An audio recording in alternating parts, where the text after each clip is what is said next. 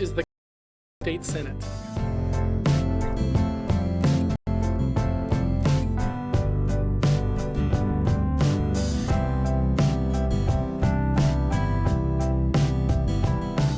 This is the California State Senate.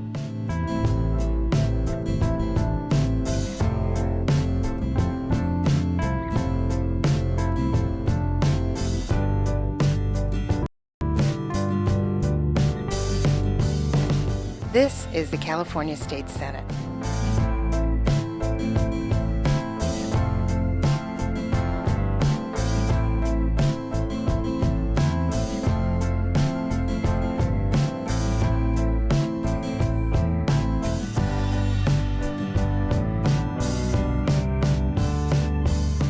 This is the California State Senate.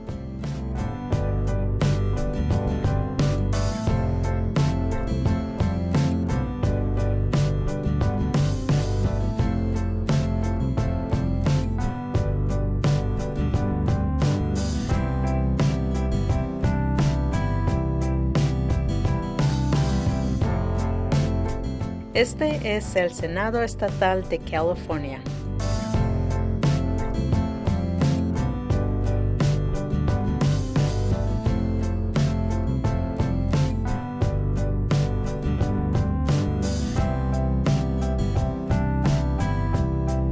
This is the California State Senate.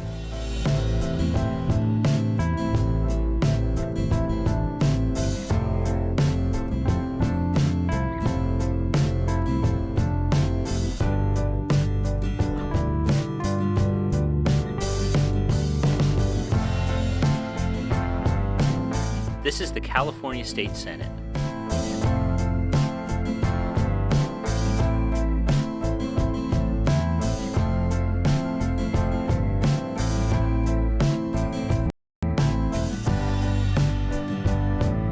The California State Senate.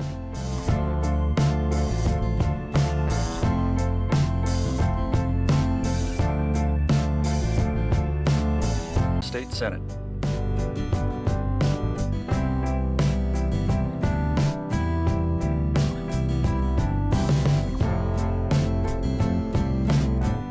This is the California State Senate.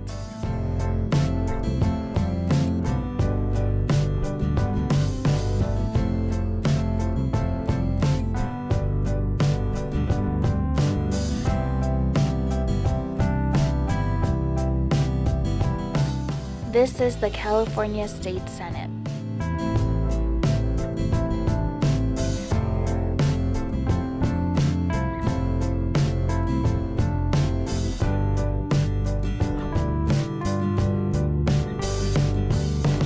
This is the California State Senate.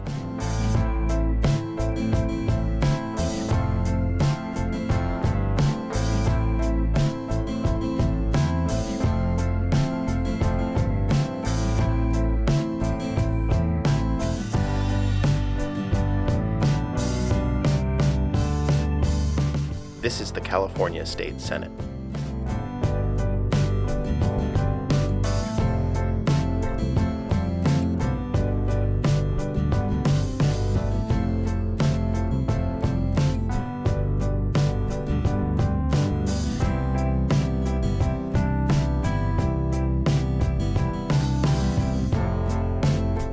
Este es el Senado Estatal de California.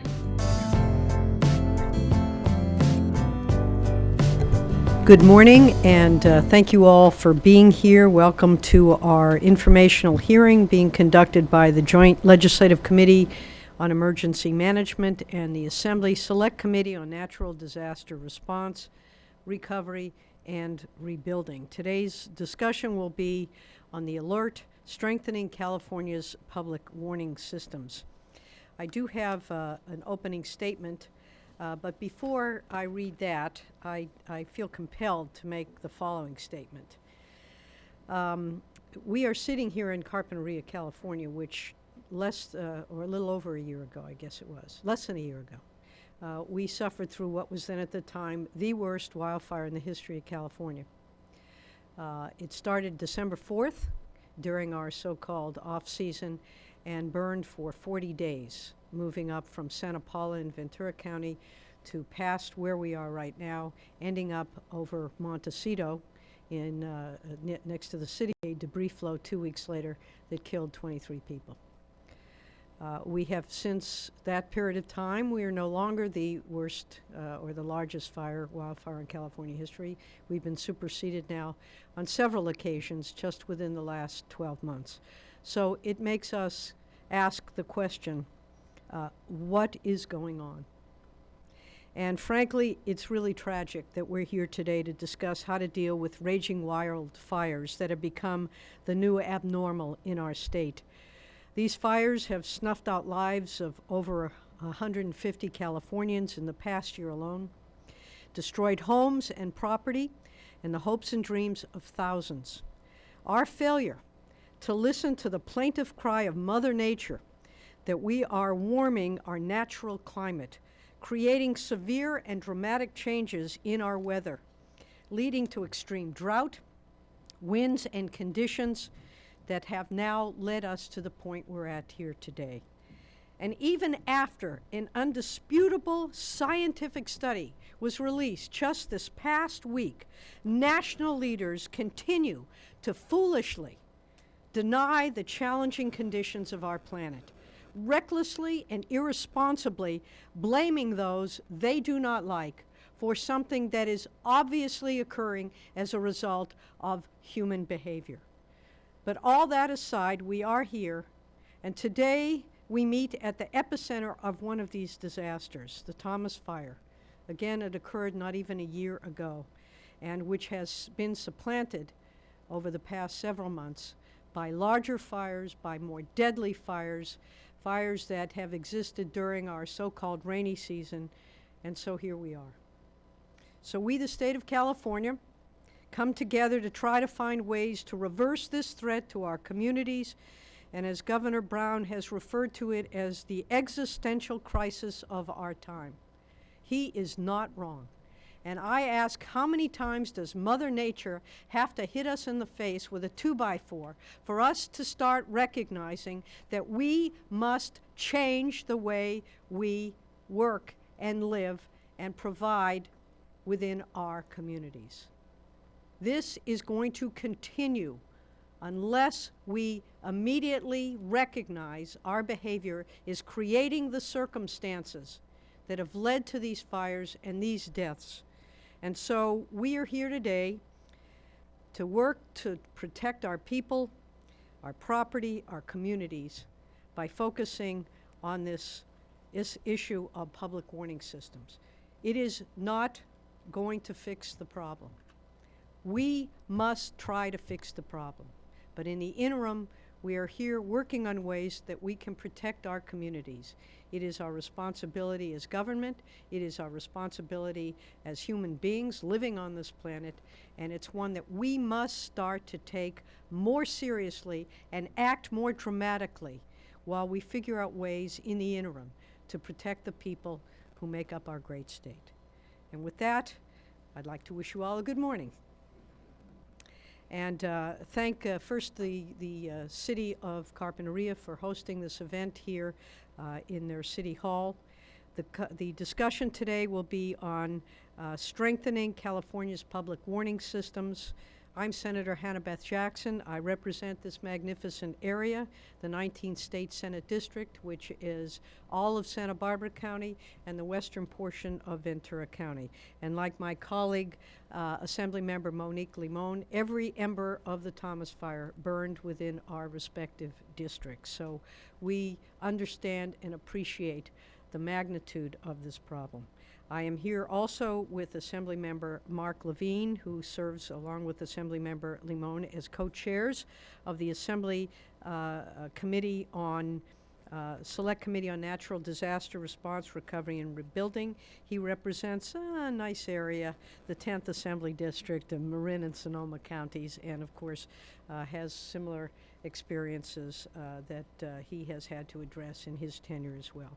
And I'd like to give a warm welcome to all of you who are here, our distinguished witnesses and guests who've traveled throughout the state to be with us here in Carpinteria to provide us with their expertise so that we can work to improve a system which we have been working to improve. We made great strides last year, but we still have work to do. We have a lot of work to do in this area and in others to try to improve our responses to these horrific conditions which have created such damage and destruction throughout our state. We have papers in the back, a variety of materials and the agenda for today. This program is also, this committee hearing is also available online for those watching today's hearing remotely at emergencymanagement.senate.ca.gov. That's emergencymanagement.senate.ca.gov. And if you're as old as I am, you wonder, what the heck did you just say? But there it is.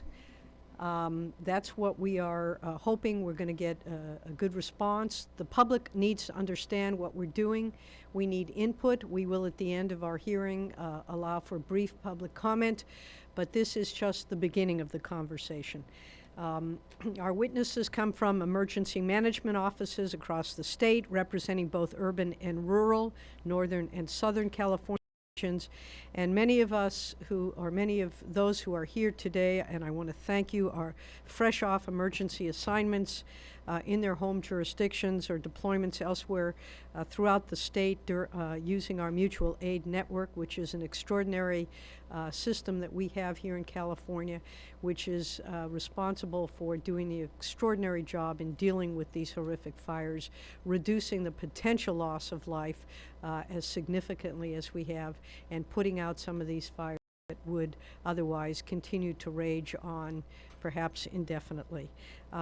We have also Liliana Encinas, the bilingual public outreach coordinator for the City of Santa Barbara Fire Department, who is here with us today. We have issues, and I know Assemblymember Limon will mention them, dealing with making sure that all our population gets appropriate messages in languages that they are able to understand when we have these significant events. I remember when we had the Thomas Fire, it was translated as the hairbrush fire, and obviously when a hairbrush is on fire, you're not quite as concerned.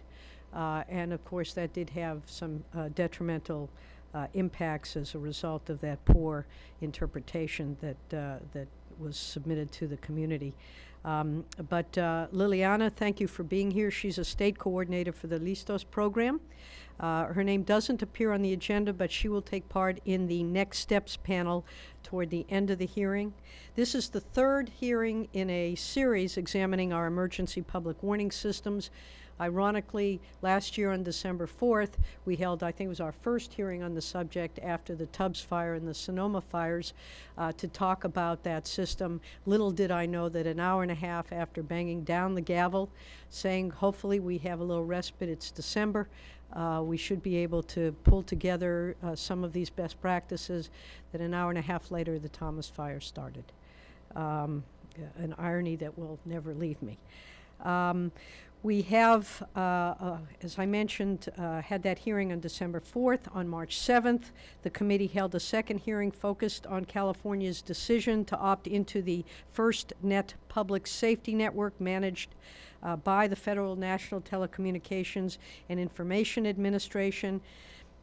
We will perhaps have further discussion about the various different programs and systems that are available, but the goal of these two hearings was to educate state policymakers on how these two categories of emergency communications networks functioned and to identify areas for improvement, which led to the passage of, I believe it was 4 pieces of legislation last year. We will be discussing how those pieces of legislation are being implemented, and we will proceed with that discussion here in just a couple minutes.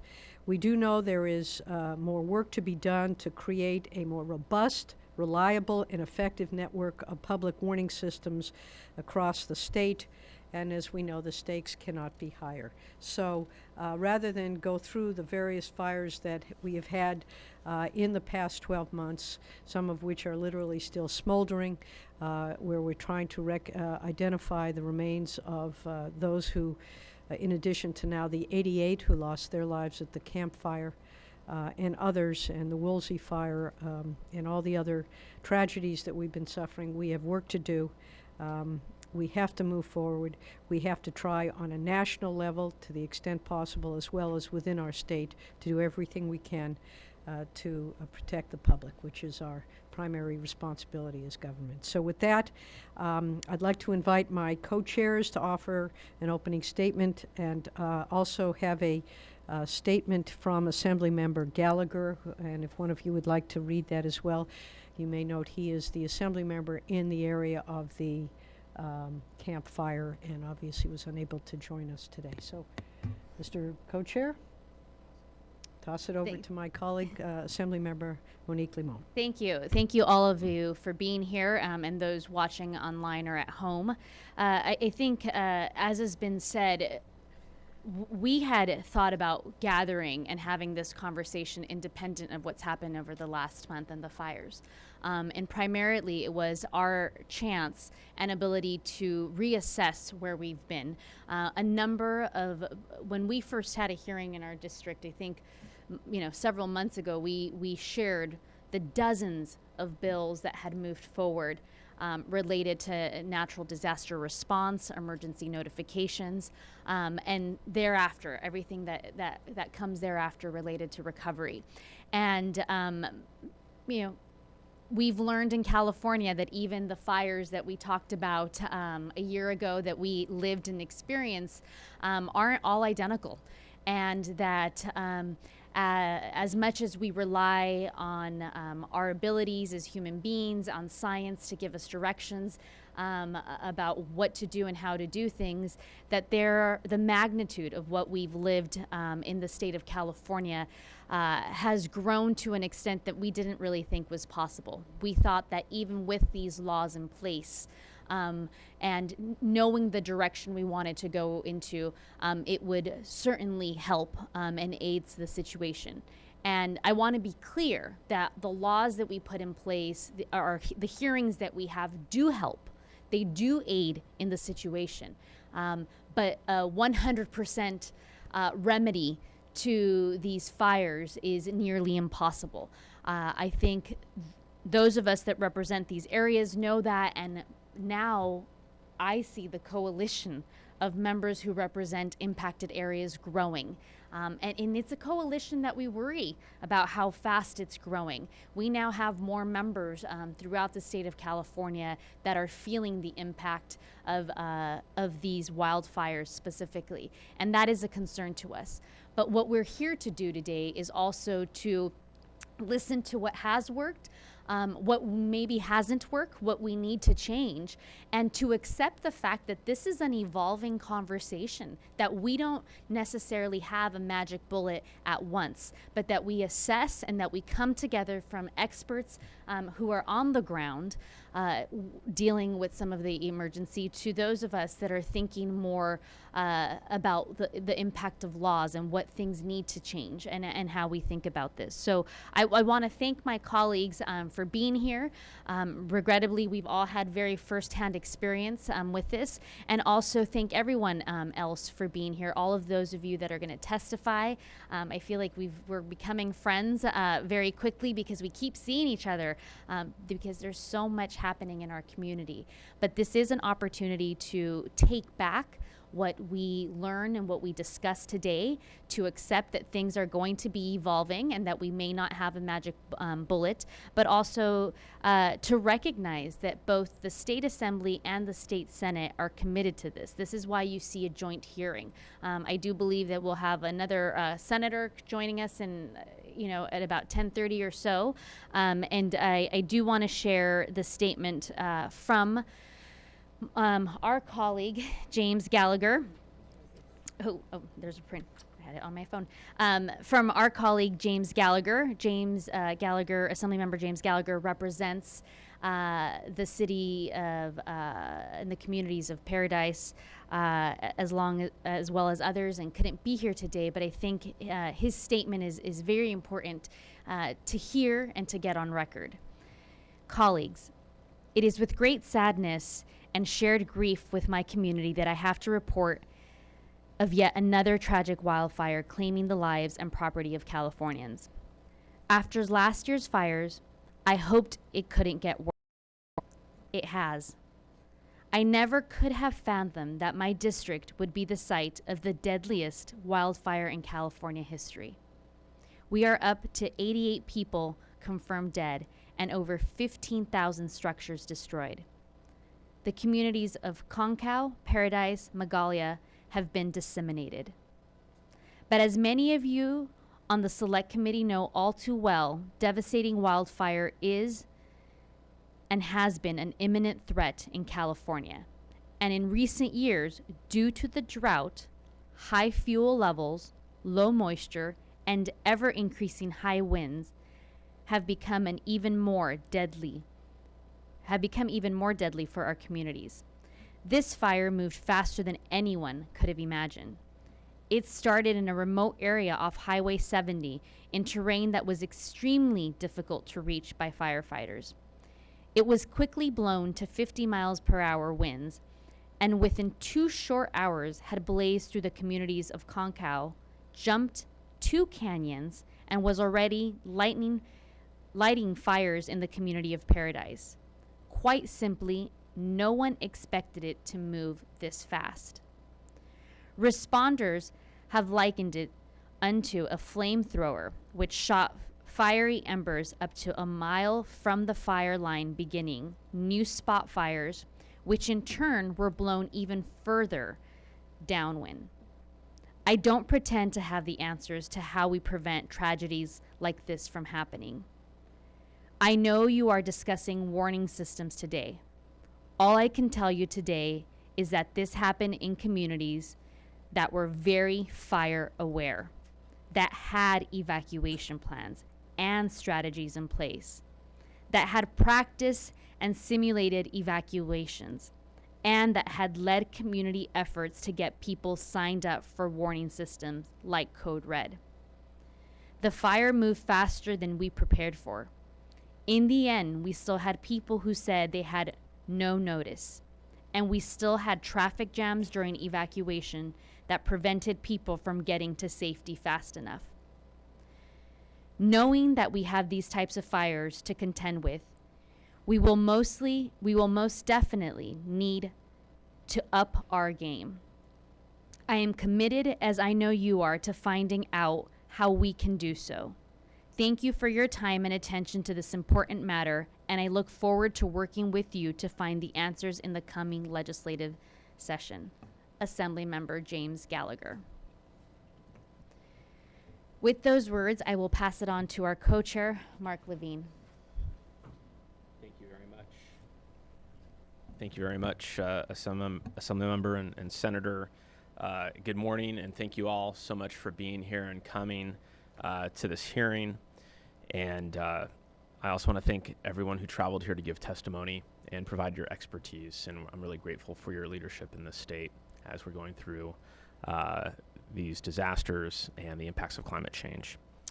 Above all, I'd like to take a moment to recognize the loss that the state has experienced over the past 13 or 14 months, and also the sacrifices of brave women and men across the state who risk their lives to protect us.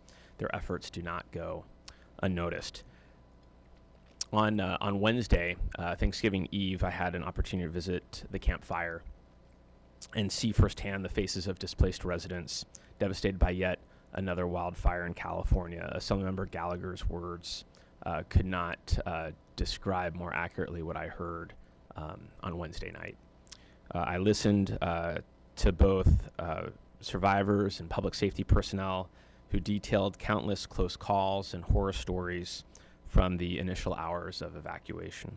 The devastation is all too reminiscent of the then record-setting fires in 2017, the effects of which we are still recovering from in the North Bay, as well as here in in Santa Barbara and Ventura County.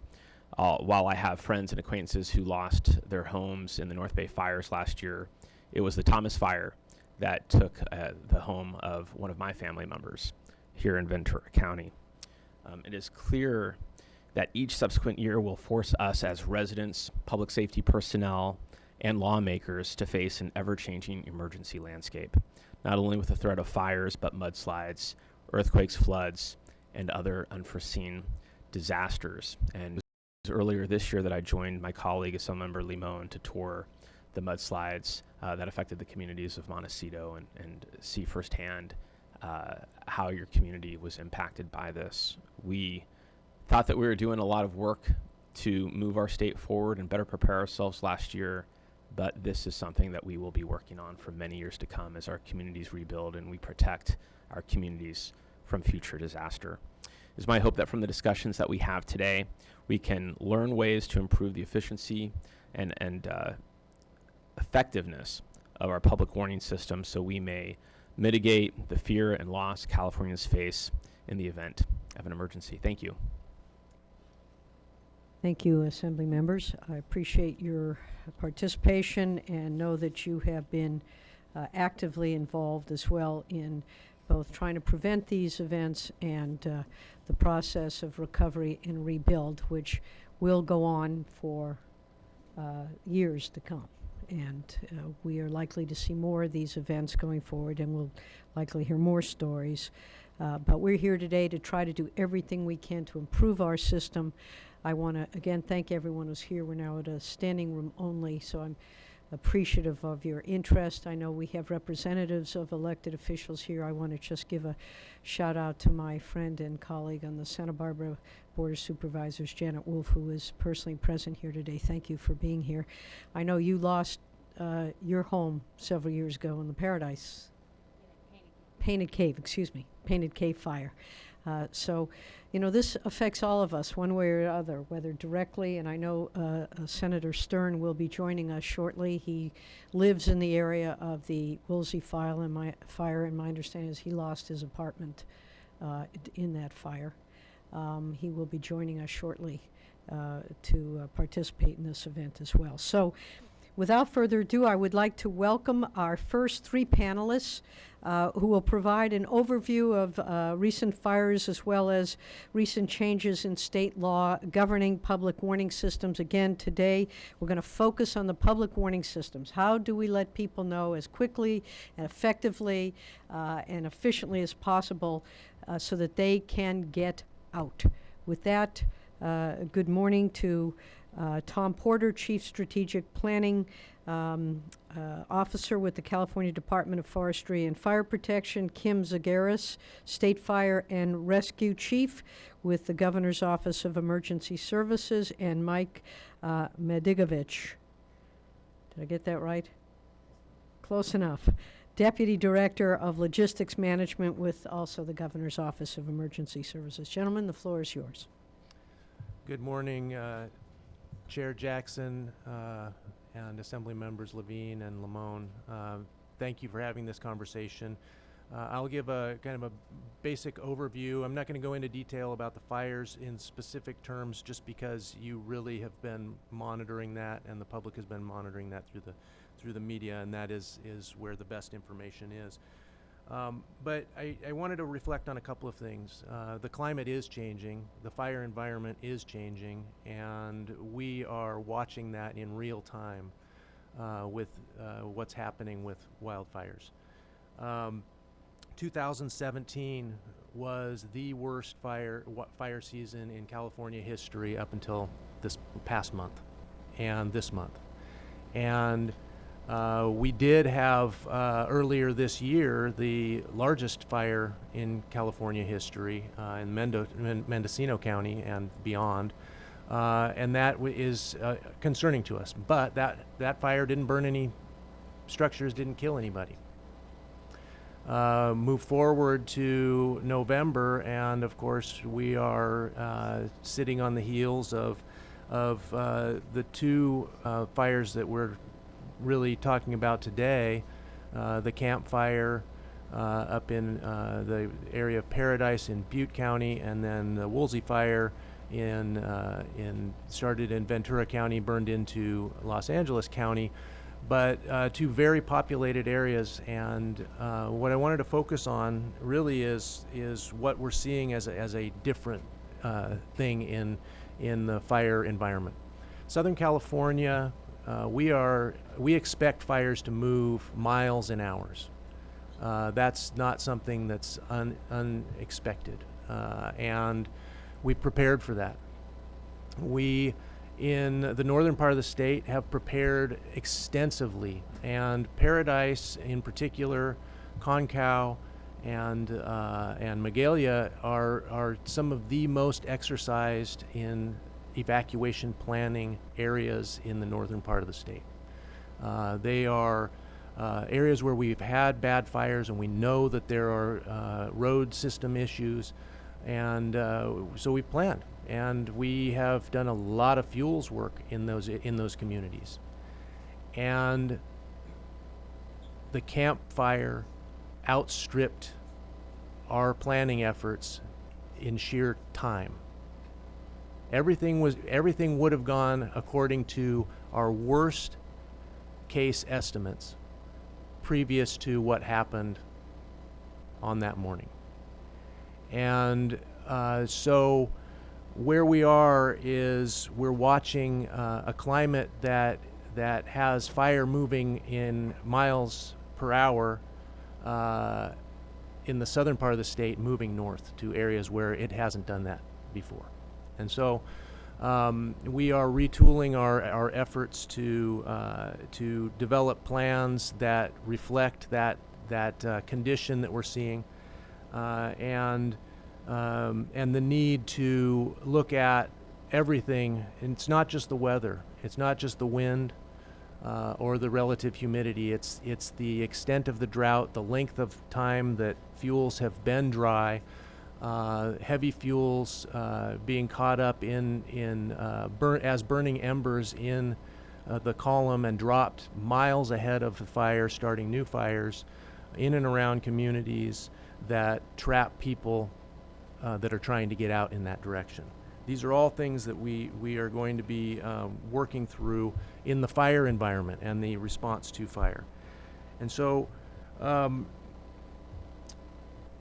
that, I think, in and of itself is one of the biggest challenges that the fire responders and those that are doing pre-fire work, as we will be continuing under funding under the 901 bill, and then also your bill, Senator 1260.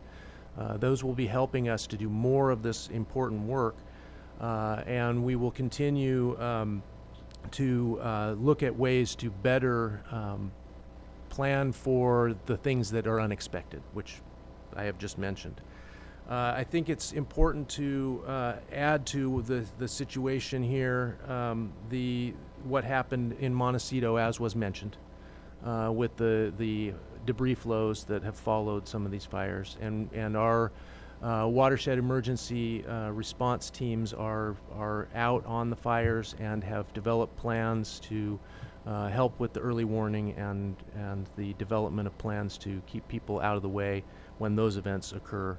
And I think the public warning systems and the importance of those are going to be key moving forward in all of the work that we're doing proactively and in a response method under the fire department's response, just to get people out of the way. And I think Assemblymember Lamone, while your coalition is growing, that is important for the state of California, and I believe that is where we need to be going as a state. We need an informed public so we can keep everybody safe. And thank you. Thank you very much. Pleasure to be here today. Try to pick up a bit from Tom. CalOES actually manages the state's mutual aid system, and they do that on behalf, at least my side, of the California Fire Service. Let's try again. You want to get job here is to manage the fire and rescue mutual aid system for the state of California. And why I do that, it's really an honor, and I do it on behalf of the California Fire Service. Without the California Fire Service, without our law enforcement partners and law enforcement mutual aid, emergency management, and every other discipline and sector, California would not have the resources to mobilize and surge when necessary for these emergencies and others that will follow. I will tell you, after last year and a lot of conversation, one of the things that SB 901 brought us was pre-positioning. $25 million that money that was put into CalUS's budget. As I refer to my fire chief partners, kind of an escrow fund. We've got some parameters in there on how that money can be used, but I can tell you in both the fires in the north and the south that pre-positioning was actually in place during that time.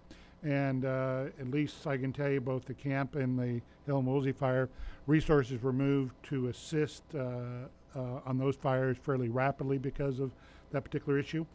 We've been working since last year with the California Fire Chiefs, California Metro Chiefs, California Fire Districts, League of City Fire Chiefs, California State Firefighters, California Professional Firefighters, and the CalOES Fire and Rescue Fire Scope Board of Directors put that criteria in place and continue on out of that. And I would tell you it hasn't been an easy process to put it together, but I would think we've got quite a bit of experience over the last number of months and being utilized not only for fires, but was also used in Riverside County for potential mud debris already. And we've also stood it up for the Woolsey Fire for Los Angeles County to assist with flooding and mud debris to this point. Why I would tell you all this, our hats really should go off to these first responders that respond each and every day, and then their ability to not only provide additional initial attack and that surge capacity that goes on and on. During the course of at least when we hit the peak, and I would to tell you that Chief Porter and our staffs work extremely close together on a day-to-day basis, but even more closely at the executive level as these fires and other emergencies progress and require a real coordinated approach. And we come together under what we call UCG, Unified Coordinating Group, at headquarters in the State's Emergency Operating Center to make things come together. At the height, we had mobilized 127 OES engines, 548 local government engines. It's about 675 engines. We brought in another 244 engines through EMAC, Emergency Managed Assistance Compact, at that time. To give you an example, Oregon provided us 85 engines, and all but 10 of those engines went to the Camp Fire. The other 10 came to Southern California. Washington State provided 45 engines, Utah 26, New Mexico 7, Idaho 6, Montana 20 engines, and Texas provided us 55. And so when you look at that, that was just through EMAC. Through our other CAL FIRE's ability to work with our federal partners, additional states were brought in at the end. About 19 states provided fire resources to assist us in a number of degrees, from engines to some overhead to some hand crews during that time. At the height, we put 919 engines just on the mutual aid side, not counting CAL FIRE and our federal partners, on the fire lines. Additional 83 engines were covering fire stations for CAL FIRE and our federal partners. A little over 3,622 firefighting personnel. As things would have it, almost to the degree, about approximately 400 engines on both the Woolsey Fire and the Camp Fire, and another about 70, 80 engines on the Hill Fire, spread out those resources throughout the state. Before it was over, most of all the Hills resources were moved over to the Woolsey Fire. And then we would, at least on the Camp Fire, would turn our attentions as things would start to look better to the search and recovery. Probably no other time in our history on fire and law side of the house. Law started out with working on the search and recovery part for the missing personnel. We're quickly overwhelmed by a number of tasks and resources that were needed. The state's Fire and Rescue Mutual Aid System brought in a number of USAR resources. 4 of our Type 3 urban search and rescue teams, an additional 5 regional urban search and rescue teams, much like we did during the mud flows here in Santa Barbara in January. At the height, and brought in 11 what we call HR, human remains dogs, for a little over additional 300 firefighters. So probably at the height, well over 1,000 fire and law personnel working jointly together. Also to a point that stretched the limits of law enforcement's capability, where CAL FIRE off the incident stood up and brought in additional logistical support to feed, shower, and take care of those personnel at another site there in Butte County, again, working very closely together. And I would tell you that a lot of firsts are going to come out of this. The way we do mapping, the way we identify and search for those individuals are going to be looked at in the weeks and months to come. I think that also that should be recognized out of this is that station coverage, especially in Southern California, became a significant issue. Los Angeles County, Los Angeles City, and Ventura all had stations that were uncovered, vacant. As we worked with our partners on the fires, I would tell you an example is Orange County Fire Authority, in talking to Chief Brian Fennessy, was able to make additional personnel and resources available to assist and help covering those stations. And as we brought in those resources from out of state, or eventually were able to release some of those resources on the incident back to cover their everyday 911 calls that those agencies were dealing with.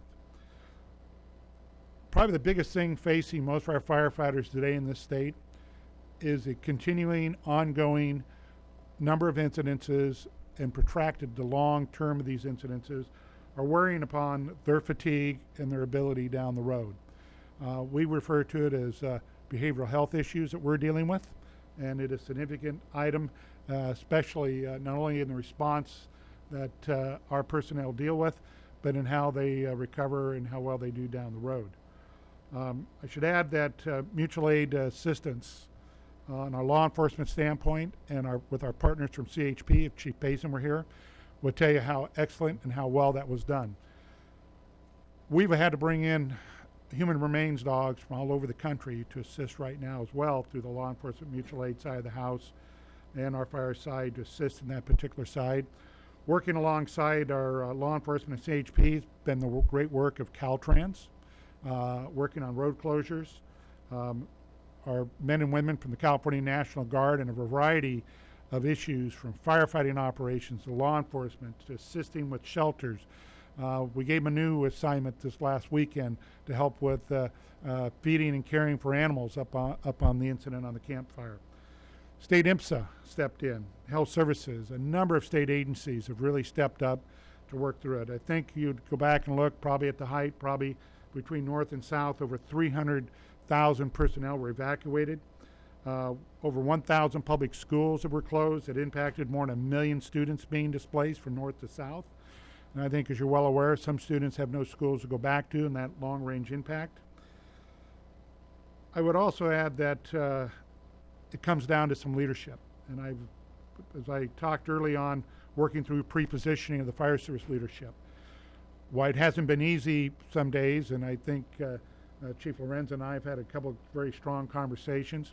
At the end of the day, working together, getting it done. And we kind of teased at one point, Mark and I did, and I said, wow, it's almost easier to do it when we had no money, because it forces you to do more things together when you do have money.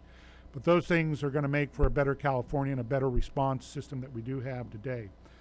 The leadership that's provided at the local level with our fire law, emergency management side of the house, been just been really excellent. At one point, we brought in a Type 3 fire incident support team to support Paradise City Town Hall. They were eventually released, and the emergency managers side of the house were able to pony up enough folks to get them out of there and get the right people in the right place. Also worked good. Leadership at the state level, and I think most of you have seen it that are on the panel, is that at Cal OES, CAL FIRE, the CHP, and the California National Guard, the leadership there, they meet regularly once a month, usually the fourth Thursday of the month, for breakfast every morning there that they do that, and they talk about ways we can do it better. We talk very frankly about things that need to get done. And I think that's what's really important in today's day and age. It's not about who we work for. It's not about our political affiliation. It's about the citizens and visitors of this great state to make things better. The real theme of this, of today's hearing is really about communications. I'll leave you with this. We've talked about it. We've spoken at length after last year. We need a communication system, not just alert and warning, that is resilient and reliable for not only the public, but for us in public service to provide the critical services, whether it be our land mobile, whether it be our cellular, whether it be satellite, whatever it may be. We need that capability each and every day, especially when we lose power or in these unique situations, storms, firestorms, whatever they may be, hit us. That's what I would leave you with today. Well, I want to thank you, and just before we go on to Mitch, I think that and I think all of us who have experienced these fires agree that the mutual aid programs, the coordination that the agencies have all demonstrated together has been extraordinary. I think without question we have the finest emergency systems in place of anyone in the country. And thank you for that. And I also want to mention, when you talk about pre-positioning, I know that for the debris flows which occurred here and which could occur should we start getting some significant rains throughout the state, where those fires have completely destroyed all vegetation and created that instability in the hillsides. The night of that debris flow, I'm told over 900 people were saved because of pre-positioning that you had done in anticipation of that happening. So the public, I think, should certainly feel reassured that the best that can be done is being done in terms of these kinds of life-saving efforts by our first responders, and I think we all share in our appreciation for that. And of course, going forward, there is much more that we need to do as these events become more and more dramatic. You did mention something, it's not really on the agenda for today, that I think we're all concerned about, is the impacts that these events are having on our first responders, whether it's their mental health. We know we're seeing an extraordinary and unusual number of first responders having serious mental health issues, leading in some instances to suicides. Also the fact that there's no recovery time or training time for this new abnormal that we're having to deal with. So I hope that we will take that into account. But the costs, just the monetary costs, the cost to our children and the lack of opportunity to continue their education, businesses that are losing their businesses, homes, people losing their homes, their valuables, their sense of hope, and security, I think are all things that as we are going forward we're going to have to recognize and try to address. But certainly the work that's been done, and I'm sure with all these fires, the fact that the Woolsey fire, we did have 3 fatalities, but when you look at the extent of that damage, as many of us have, I just driving up the 101 yesterday, seeing it in Calabasas and Agora, and it jumped 8 lanes of freeway, and just, I know in Malibu, similar things. The fact that there were 3 deaths is tragic. There could have been so many more. And while we mourn every one of those people, we have to recognize that the work that's being done has been extraordinary. So I wanted to at least share my observation on that, and thank you all for that. Next, we are now going to focus in on the emergency notification issue, and thank you, gentlemen, for your reports and your great work. Mitch Medigovich, I'm going to get it yet, Mitch, who is the Deputy Director of Logistics Management with the Governor's Office of Emergency Services, will give us an overview of the recent changes to state law governing emergency notification. Thank you, Mitch. Thank you, and good morning. It's an honor to be here at this joint hearing, information hearing, and I want to thank you, Senator Jackson, and members Levine and Lamone for your leadership. I mean, you're taking this extremely seriously, and we appreciate all of your efforts and your leadership in this endeavor. 3 of the 7 largest wildfires in California's history happened in less than a year.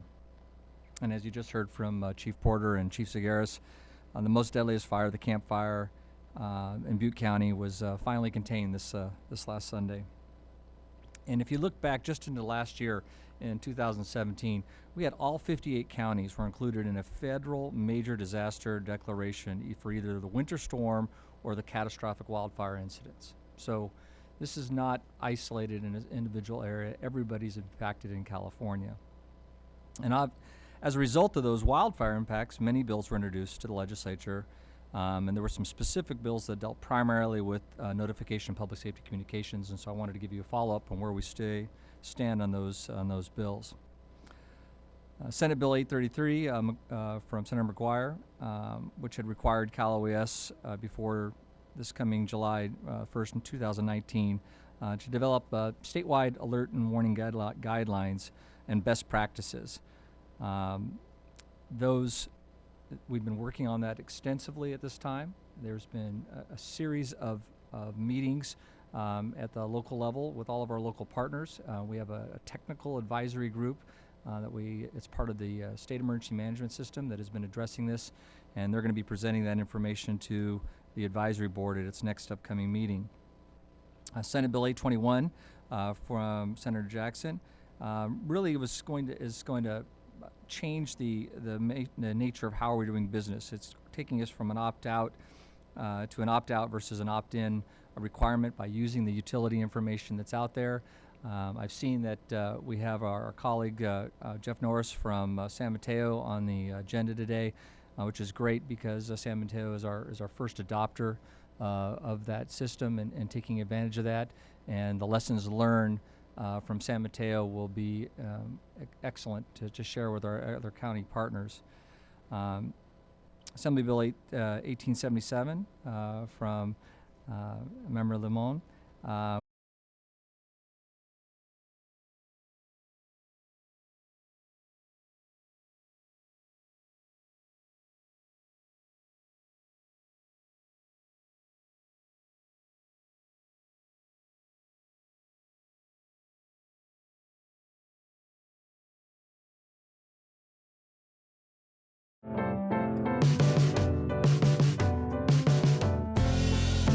This is the California State Senate.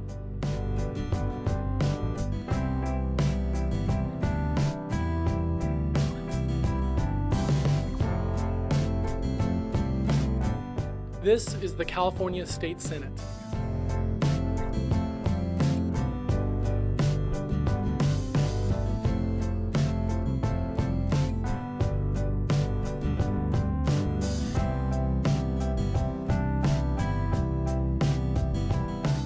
This is the California State Senate.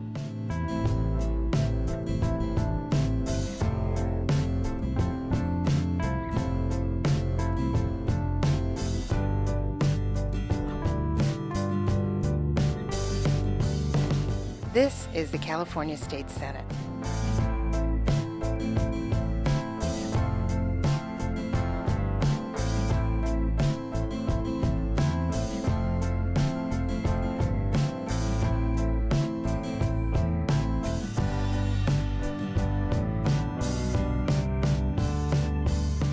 This is the California State Senate.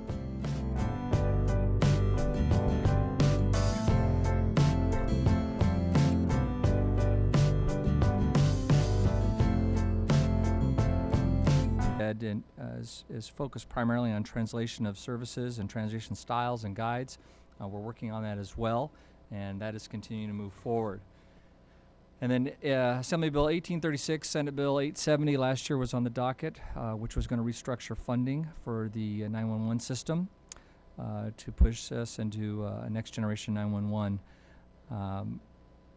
On September 21st, the governor signed 833, 821, and 1877, and however, it was unfortunate that 1836 or 870 was refused passage by the legislature due to partisan politics during the election year. And it's important because, as Kim said, resiliency, redundancy of our communication systems, it all ties together through alert and warning, through 911, and obviously through the public radio side of the house that we work on. So it's a holistic nexus of inclusion with an entire network of that communications for us. So one of the things that I wanted to highlight, though, today is that as part of our response and recovery, ensuring that local government maintains their responsibility for emergency notification and communication and incident management is critical and key to this, and which is why we work so closely with our partners at the local level. They generally have the most accurate information. They understand the immediate situation. They have knowledge of both the potential impacts and where protective measures are going to work and not work. So that role, their role in their maintaining their leadership at the local level is the basis of our standardized emergency management system. You'll hear the term SIMS used regularly, and it's critical for them to be in that lead, and the state and the federal government come in and support them in those efforts. As previously stated on Senate Bill 833 on the alert and warning guidelines, where we sit now, those guidelines have been drafted. They're going to cover the timelines for sending alerts. They're going to cover best practices for sending advance warning and impending threats, best practices for testing and training and exercising at the city and county level of their warning systems, protocols for redundancy, how to do staffing patterns to ensure that you have trained operators to provide those alerts at all times.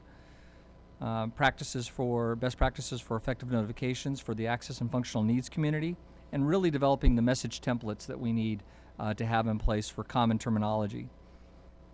Roles and responsibilities for alerting authorities has to be completely vetted and well developed, and then of course the technologies available to send those alerts for us.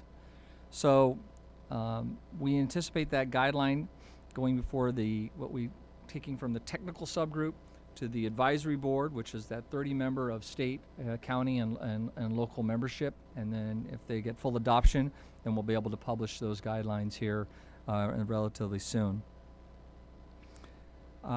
For Senate Bill 821, that tool for local jurisdictions, we're anxious to see that get greater use, and really the counties feeling more comfortable for the implementation on that. And that's why I think San Mateo's comments here today are going to be so good. And then for the translation side of the household, Member Limon, that is working right now. We expect that to be completed and have that in place by the summer of 19. So 3 great bills that we're looking forward to seeing moving forward and really getting good implementation through all of our local partners.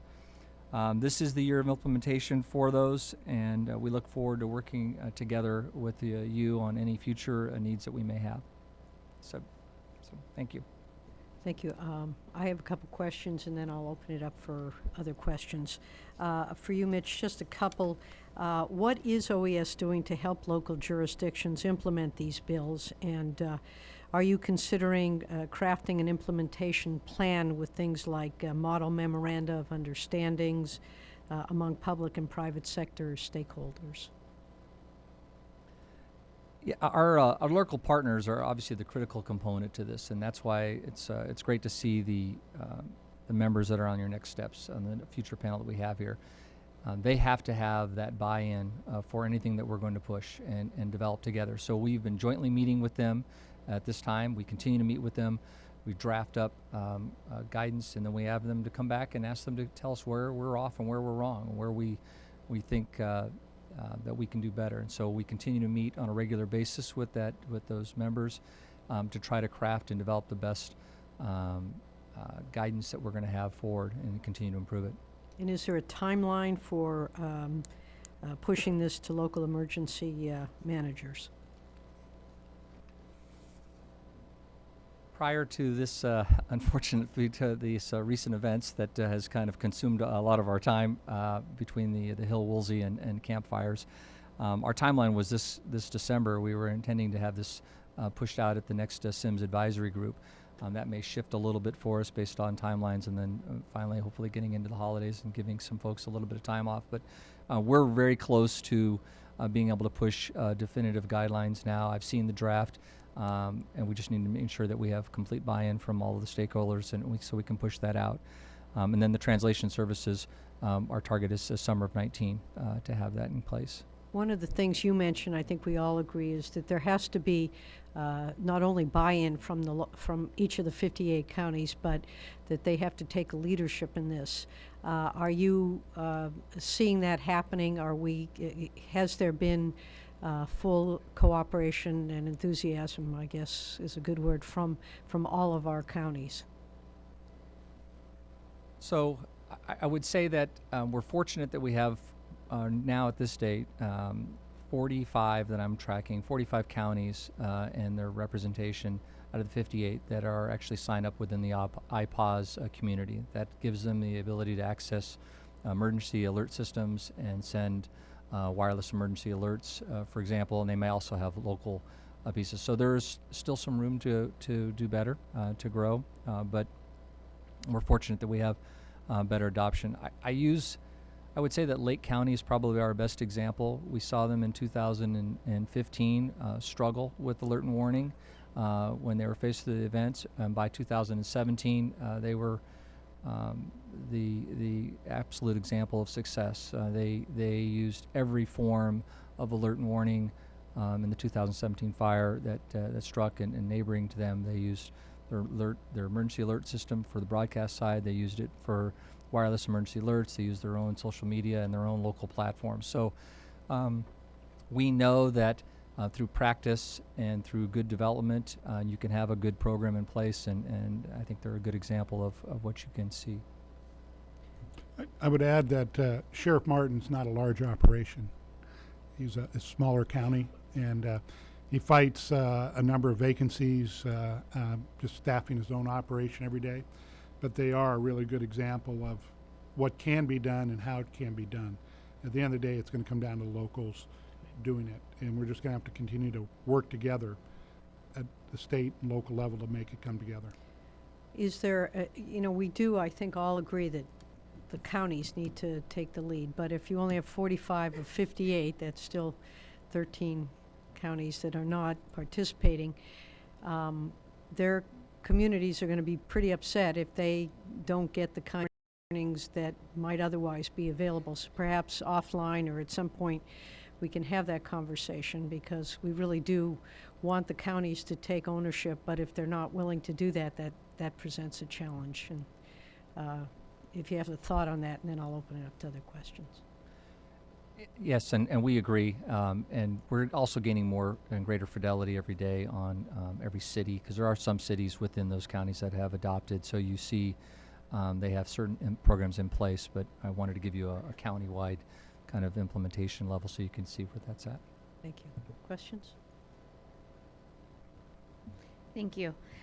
There were a few elements that were mentioned in this particular discussion that probably could have their own hearing, but I did want to touch on a couple of them, particularly because we have you here as panelists now, and to give us feedback on perhaps direction the legislature should be thinking about. The elements that I wanted to touch on were related to mapping and search of the missing. The other one you mentioned, station coverage, and how we think about that. And the last one is a conversation that I know has been happening, and Assemblymember Jim Wood ran a bill this year related to schools. But when we have 1 million students in the state of California missing schools, and several who no longer have a school to go back to, it certainly is a different conversation to have. I know that California's new superintendent of public instruction-elect has had conversations, at least with a few of us here, about what needs to happen. But if there are any thoughts or direction that you can provide on those three elements, certainly they require their own hearing, but it would be helpful to hear. At least on mapping for the search and recovery standpoint, again, I think that when you have an area as large as Paradise and Concow and even parts of Magalia that had to be covered, I think that it's a pretty daunting task. So bringing together the wilderness search and rescue side from law enforcement and then the urban search and rescue side. I think different ways to approach how to do things, but at the end of the day, it did come together. The mapping was brought in because of the sheer responsibility. I think what you're going to see, Fire and Law will sit down after this, talk about best practices, and come together. You know, we've got great technology, and I mean that wholeheartedly with some of the mapping that's done on a day-to-day basis. So I think it's, again, just working together to look at the lessons learned as the next go-around, whatever the next event will be, and if it's larger, maybe it's the major earthquake. We're still going to have to work through some of this down the road. So I feel pretty confident from that side of it, at least on the mapping side of where we're going. I think that CAL FIRE's incident management team, working with the urban search and rescue side of the house and working with law enforcement, was able to do that. What we really need to do, like just about everything we do in today's day and age, it's about having programs that are not proprietary, but how we can actually interchange information no matter what we're doing to make it easier to bring it together.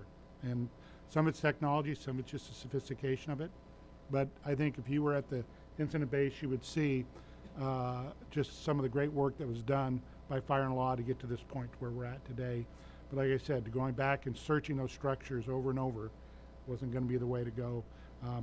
But a lot of good lessons learned from last year that we implemented this year, and still more to do.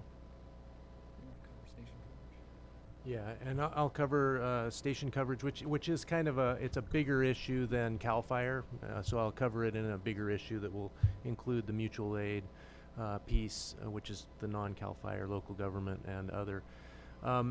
We are at a point where we're recovering still from the loss of jobs that occurred during the recession, and so fire departments across California, across the nation, are still rebuilding staff that they lost during that period of time, and it's happening.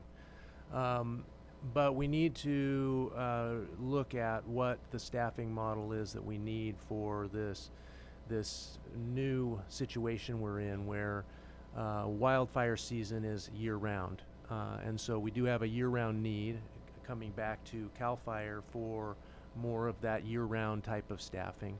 That will help with station coverage because we'll have additional staff in the summer months to be able to backfill fire stations as we are sending engines out to going fires. But it's a bigger issue, as I mentioned, across the state. There is a need for more equipment and more personnel that are trained in order to provide that backfill and keep the 911 regular emergency service needs covered behind these mega events that we're sending people across the state for. And I'll just close out to say we welcome the opportunity to have further discussions with you. I can tell you that from an emergency management standpoint, we have multiple task forces that are stood up simultaneously that we're trying to address issues that are ongoing from the event that is taking place. The schools issue that you mentioned is absolutely critical to us. Simultaneously, we're working debris removal and how to get all that hazardous debris removed there. The watershed is another key functional area that we're actively engaged in, both for protection and for follow-on. And then right now, equally with that we would say within that same group is, we're dealing with a fairly large shelter population still that's going to transition into a housing issue that we have to resolve for finding a way for temporary housing for those survivors, particularly in that area. So those task forces are all ongoing right now, and we welcome the opportunity to kind of lay that out for you at a future date.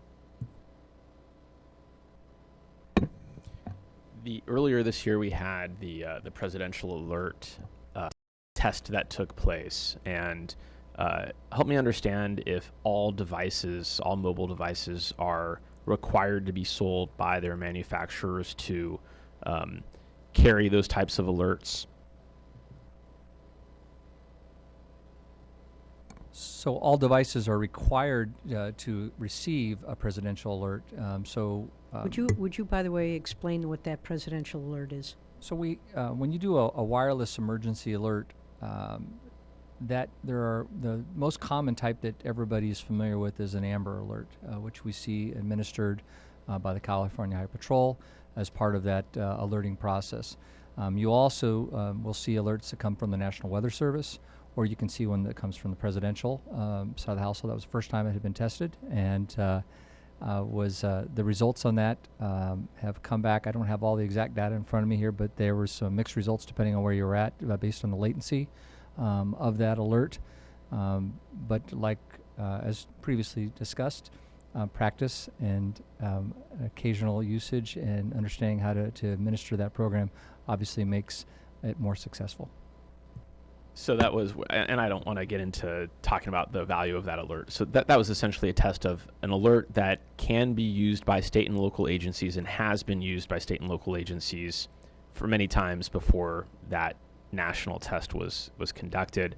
And so that equipment, the equipment that all of us have, it is equipped, required, so that all of us can get those alerts and state and local agencies can avail themselves of it. That is correct. And when we talk about alert and warning, obviously there's multiple levels. There's the wireless emergency alerts. You're going to get it from broadcasting stations. You might have sirens. You have local prescriptions that of many different types that'll be used down to the last piece, which is door-to-door working on it. But you're absolutely correct. It's that one, and then of course the one that you saw demonstrated in Hawaii, where they were doing a test false at the state. That wasn't a test. That was an error. It was an error in a practiced scenario. That's correct. In those test environments, back especially during the North Bay fires, Tubbs and Nuns and others, we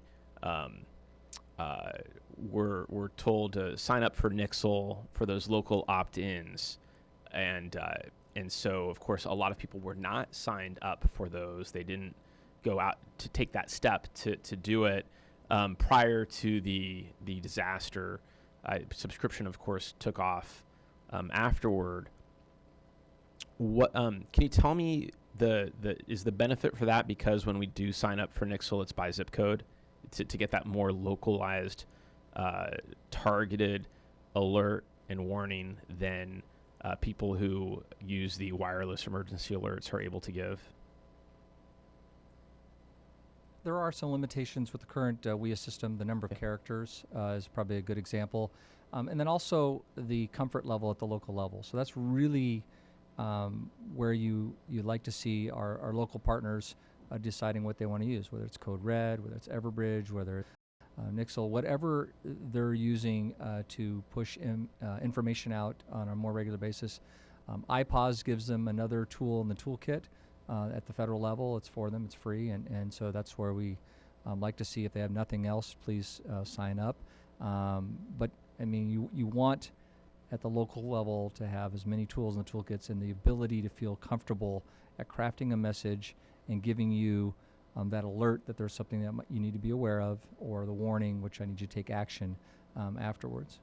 There was, and I'm not going to engage in critique, but there was criticism about the lack of use or use of WIA in Sonoma, and I've had so many conflicting conversations from people about how targeted it can actually be implemented, and that it is not, of course we've talked about the lack of training, but about how much with a scalpel they can really approach a community with those tools. I can say that obviously technology continues to improve, and if you remember from that report, there was the folks that were looking at that and using that had some older information. They weren't aware that the technology had improved, and the ability to do some better shape files for your alerts was there. That being said, when you're broadcasting alert over a cellular platform, it's going to bleed over. There's always a bleed over point, between areas. But what we have found is that that there's kind of a myth that sending these out will somehow create other problems or panic, and that's just not been the case. It's very, very so we find that people want to know when there's a problem, and they want you to send them that information, or there's something that they need to be aware of? We had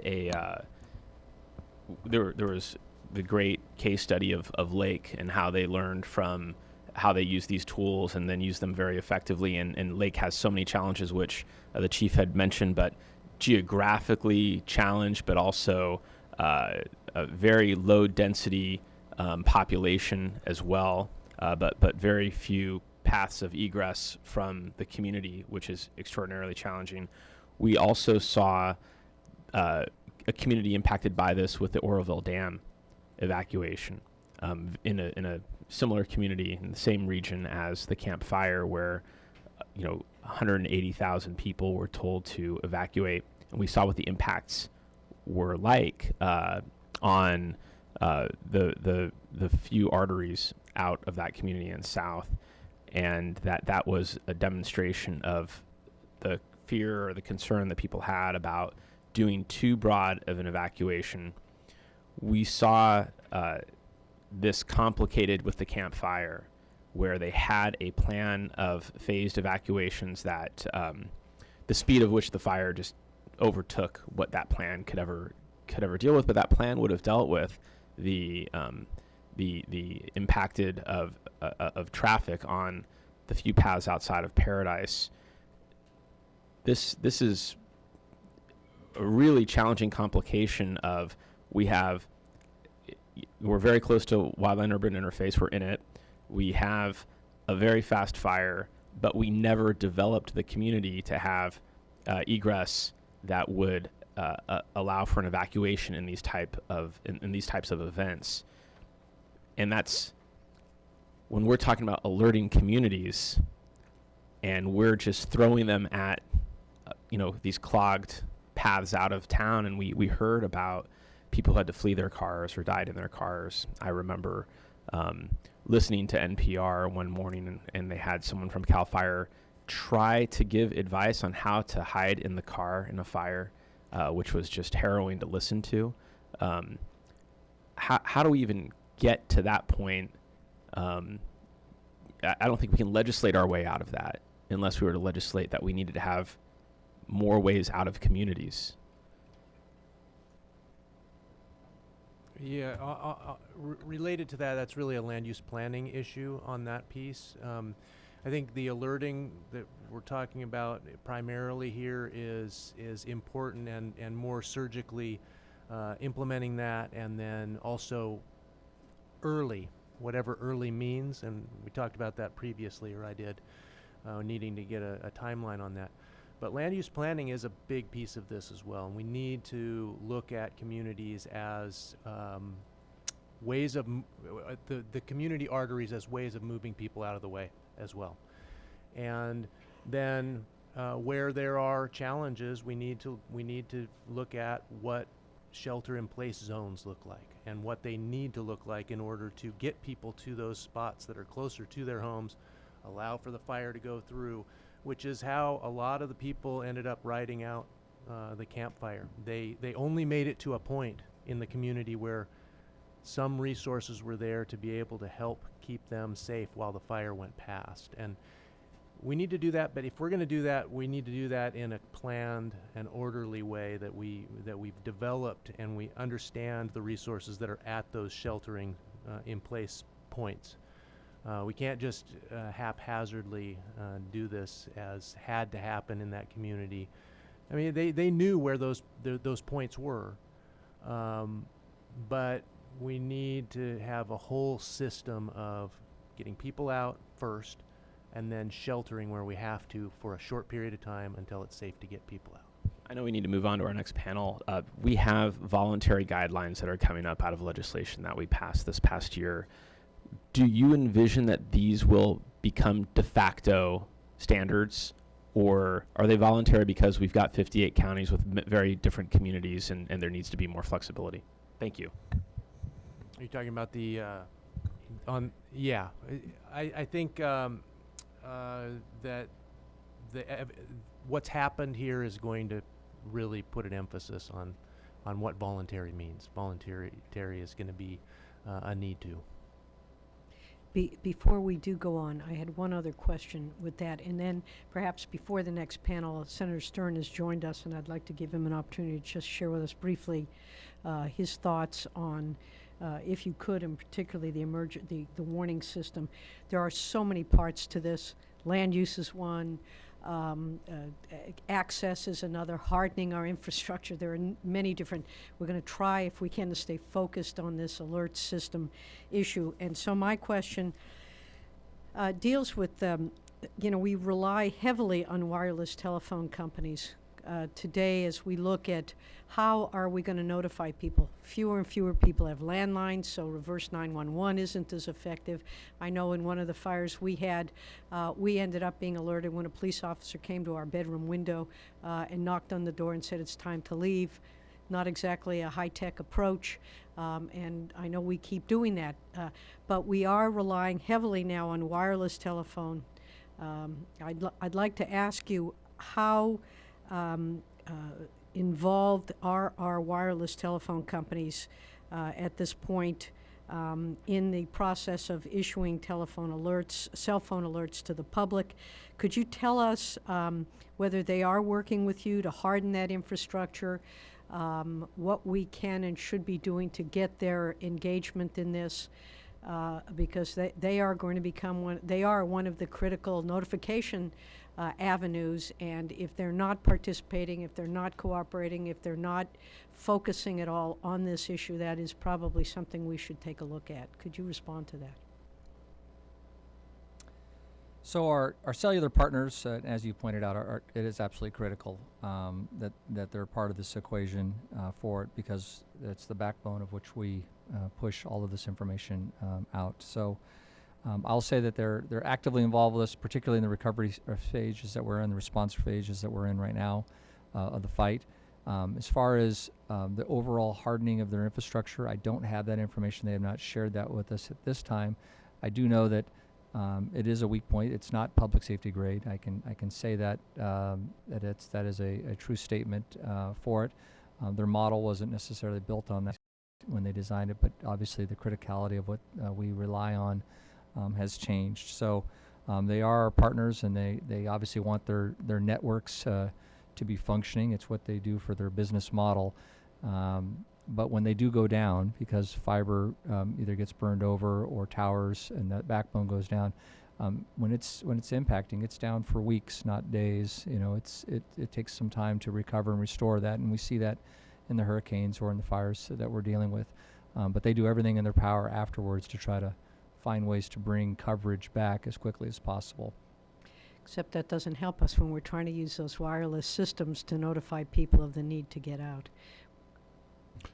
As critical, though, as our cellular is, so is the power in the whole system.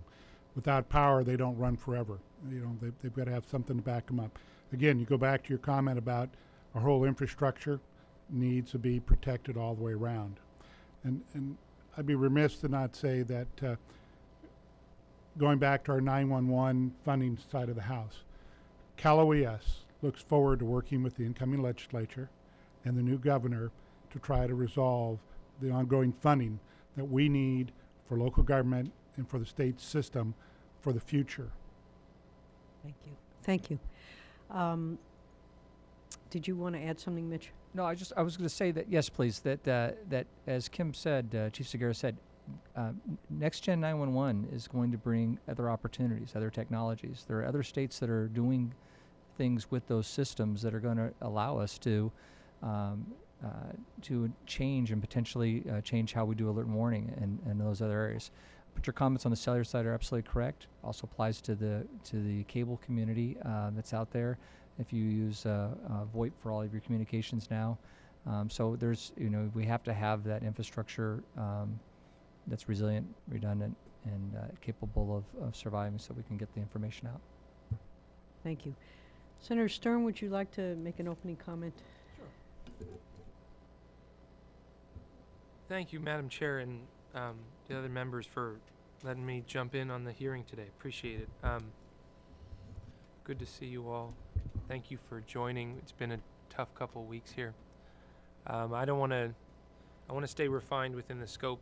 There's a lot to say about everything that's happened and is happening, and we'll be working with you all intensively over the next weeks, months, even days, right? We've got rains coming.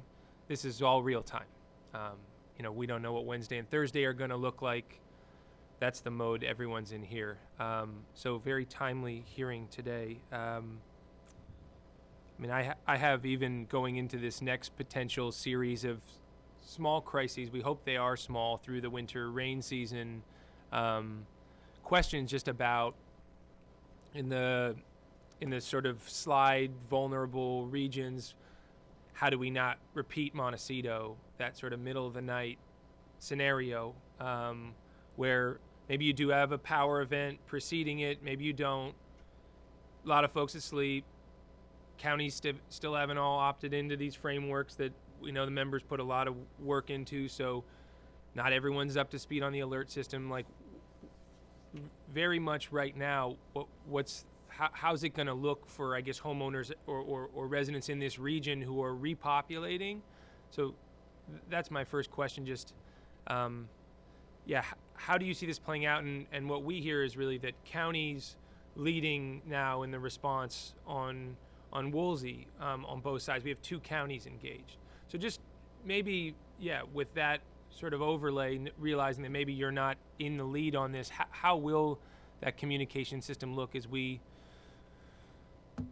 just try to get through the winter? I know there's big long-term reforms and other topics, but I can tell you that I know that we work very closely with the counties and as part of their overall restoration plans to help prioritize and work together and bring all of the necessary resources and our other partners, whether it's on the utility side of the household, as you've mentioned, Senator, or any other aspects from it. And so we're constantly trying to bring resources together to help assist them in that. But for the communication sides upcoming, counties are in the lead on that. Like it's really, they're the main point of entry for the average resident, not from state. So in the weeks ahead, that's what we're going to see, right? In terms of who people will be communicating with them in the public at large, like they'll need to tap into VC alerts or log on to LA County and sort of pursue those pathways. Correct, and we're going to support whatever outreach method that particular county has in place, in addition to town halls that we're working with them on a regular basis to get information out. But we're also obviously going to post and work with them for whatever method that they have established for this, whether it's on their websites, whether it's direct communication through one of those alert and warning platforms that they're using. Understood. It's something, food for thought for you all to consider. I'm wrestling with those moments where we just like you have unified command, what unified communication actually looks like. We had 12 competing Twitter accounts, maybe not all competing, maybe competing. There are people on scanners.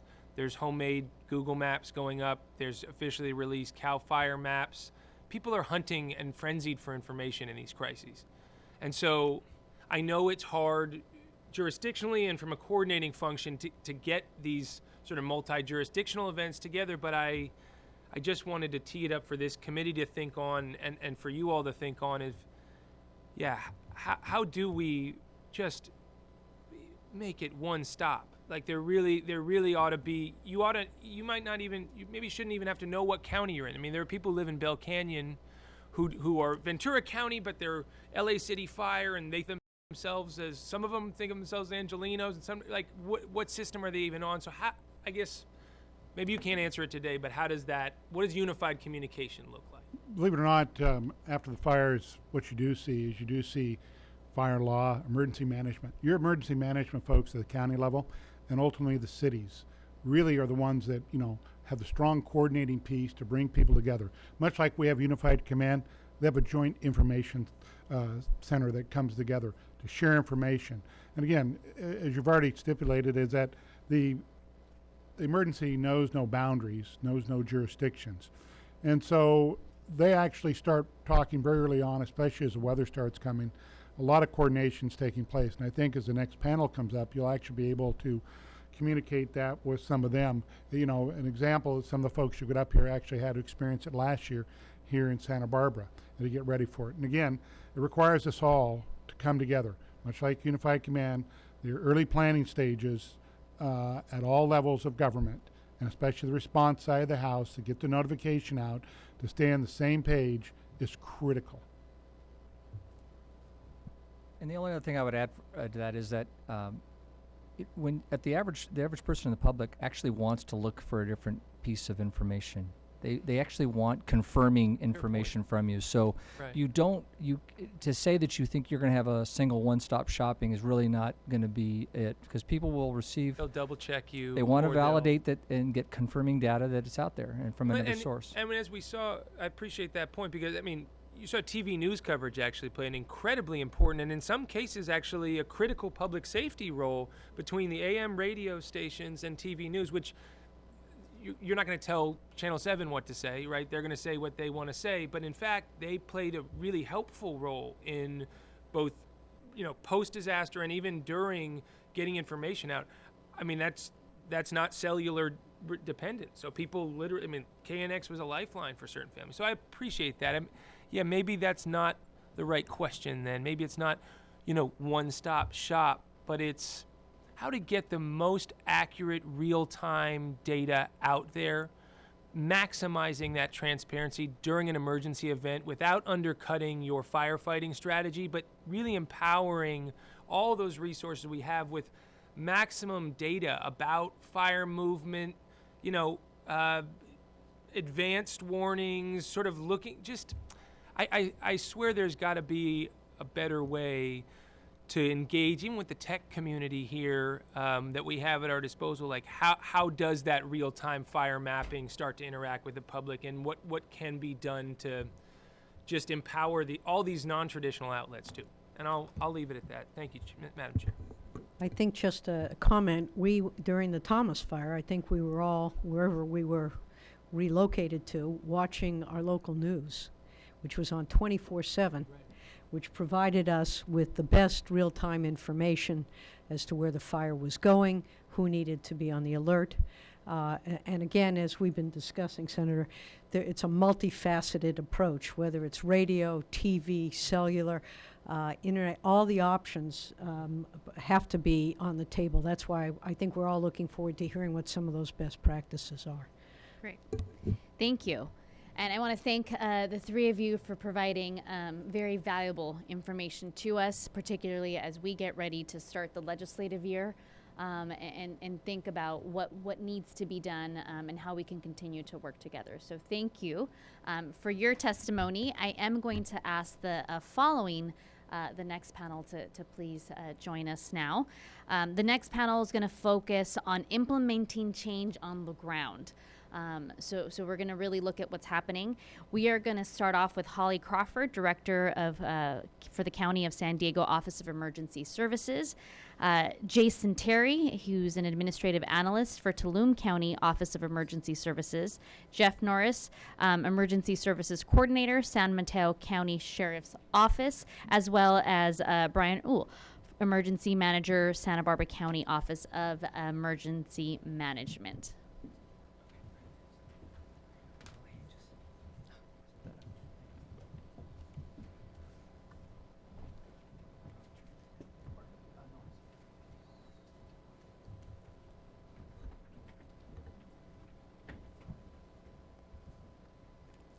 Good morning, Senators and Assembly members. I'll go ahead and get started. My name is Holly Crawford. I'm Director of the County of San Diego's Office of Emergency Services. I've served as Director for about 7 years now, and I look forward today to telling you about the alert and warning system that we have established in San Diego County. And I think you'll find exactly what you, Senator Stern, were talking about. One unified, coordinated, one-stop shop for not only public alert and warning, but also public communication. In 2006, the County of San Diego purchased what's commonly referred to as a reverse 911 system. We now brand that system Alert San Diego. That includes both listed and unlisted landline telephone numbers as well as opt-in mobile phone numbers. It's a regional tool. That means that all 18 cities in the County of San Diego plus the county itself uses that same mass notification system. Why is that important? Well, in the 2014 fires, which was a state governor declared emergency, we had one of our cities call us and say, we're overwhelmed. Can you evacuate a certain part of our city? And we said, certainly. And my staff duty officer did so. Registrations in our public alert and warning system called Alert San Diego total 550,000 mobile phones. We're a population of 3.3 million. That's a very high number comparatively speaking. How have we done that? We've offered free tacos. We've offered free Lyft rides. We've offered sandwiches. We've done all sorts of promotions in order to convince the members of our community that it's important for them to register their mobile phones through our system. But what we realized years ago is that people are shedding their landline phones. More and more, they're going strictly to mobile. In fact, in that E911 system, which includes listed and unlisted landline phones, there are only 1.3 million phone numbers left. So we have 3.3 million in our population. We have 550,000 numbers, proactive mobile phone registrations, and we have 1.3 million landline phone numbers. We also recognized that as people shed their landline phones, that these types of predominantly opt-in systems would not be adequate in the years to come. And that's why in 2009, the County of San Diego partnered with the Federal Communications Commission along with FEMA and New York City to pilot what is now known as IPAWS, and specifically the Wireless Emergency Alert System. We've been strong advocates for changes to the Wireless Emergency Alert System, and we've advocated for an expanded number of characters, the inclusion of web links, and refined geo-targeting, some of which are up and coming and will be implemented in the years to come. Recognizing that we also needed to find a way to reach our most vulnerable residents, in 2011, we launched what's called Accessible Alert San Diego. So when a member of our community goes onto our website, which by the way is a one-stop shop for residents anywhere in San Diego County, no matter what city they live in, to find the definitive map of whatever the disaster is, where the shelters are located, what the evacuation areas are. It's located on one website. The 18 cities in the county partner to fund that website and support that. We launched what's called Accessible Alert San Diego. So when a member of our community goes to that website to register for Alert San Diego, they can check a box to receive the public alert and warning message, whatever the protective action recommendation is, in American Sign Language. We have a contract 24 hours a day, 7 days a week, 365 days a year with an organization called DeafLink out of Texas. We pay them. When we send out a public alert and warning, within 15 minutes, they turn around a short video clip of someone communicating that message in American Sign Language. That end user then gets a link to that video and is able to view that message.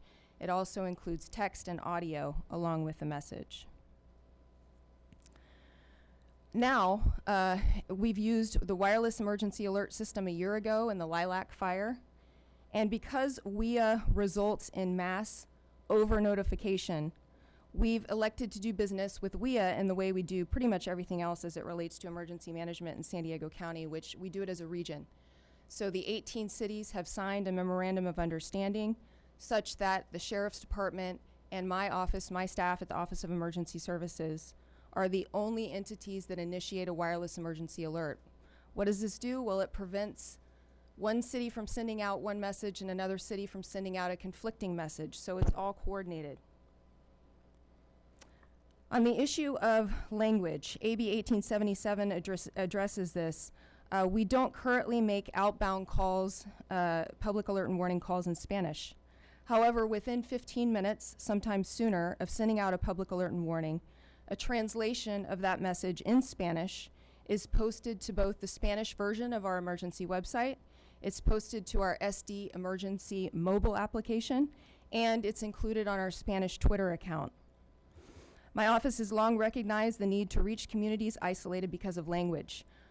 We have a community of 400,000 people who speak languages other than English at home and report speaking English less than very well. In 2012, my office, in partnership with our public health services, launched what we call the Partner Relay System. We held focus groups to understand the cultural considerations and communication preferences of eight different language communities, those who speak Arabic, Chinese, Karen, Korean, Somali, Spanish, Tagalog, and Vietnamese. We recruited within our community what we call language champions within each of these language groups.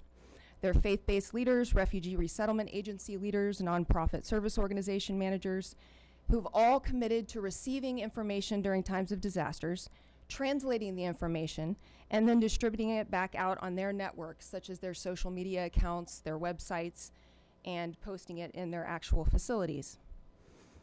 The group representing the most commonly spoken language other than English, in our case that would be Spanish, is not necessarily the most vulnerable population. For example, thousands of newly arrived immigrants from Burma who speak Karen have no news channels, TV stations, or publications which regularly disseminate information in their native language, whereas Spanish media abounds in San Diego County. So it's clear that one size does not fit all when it comes to public alert and warning. I would caution against over-regulating or mandating requirements that may be different in rural versus urban settings and with varying demographics in local communities.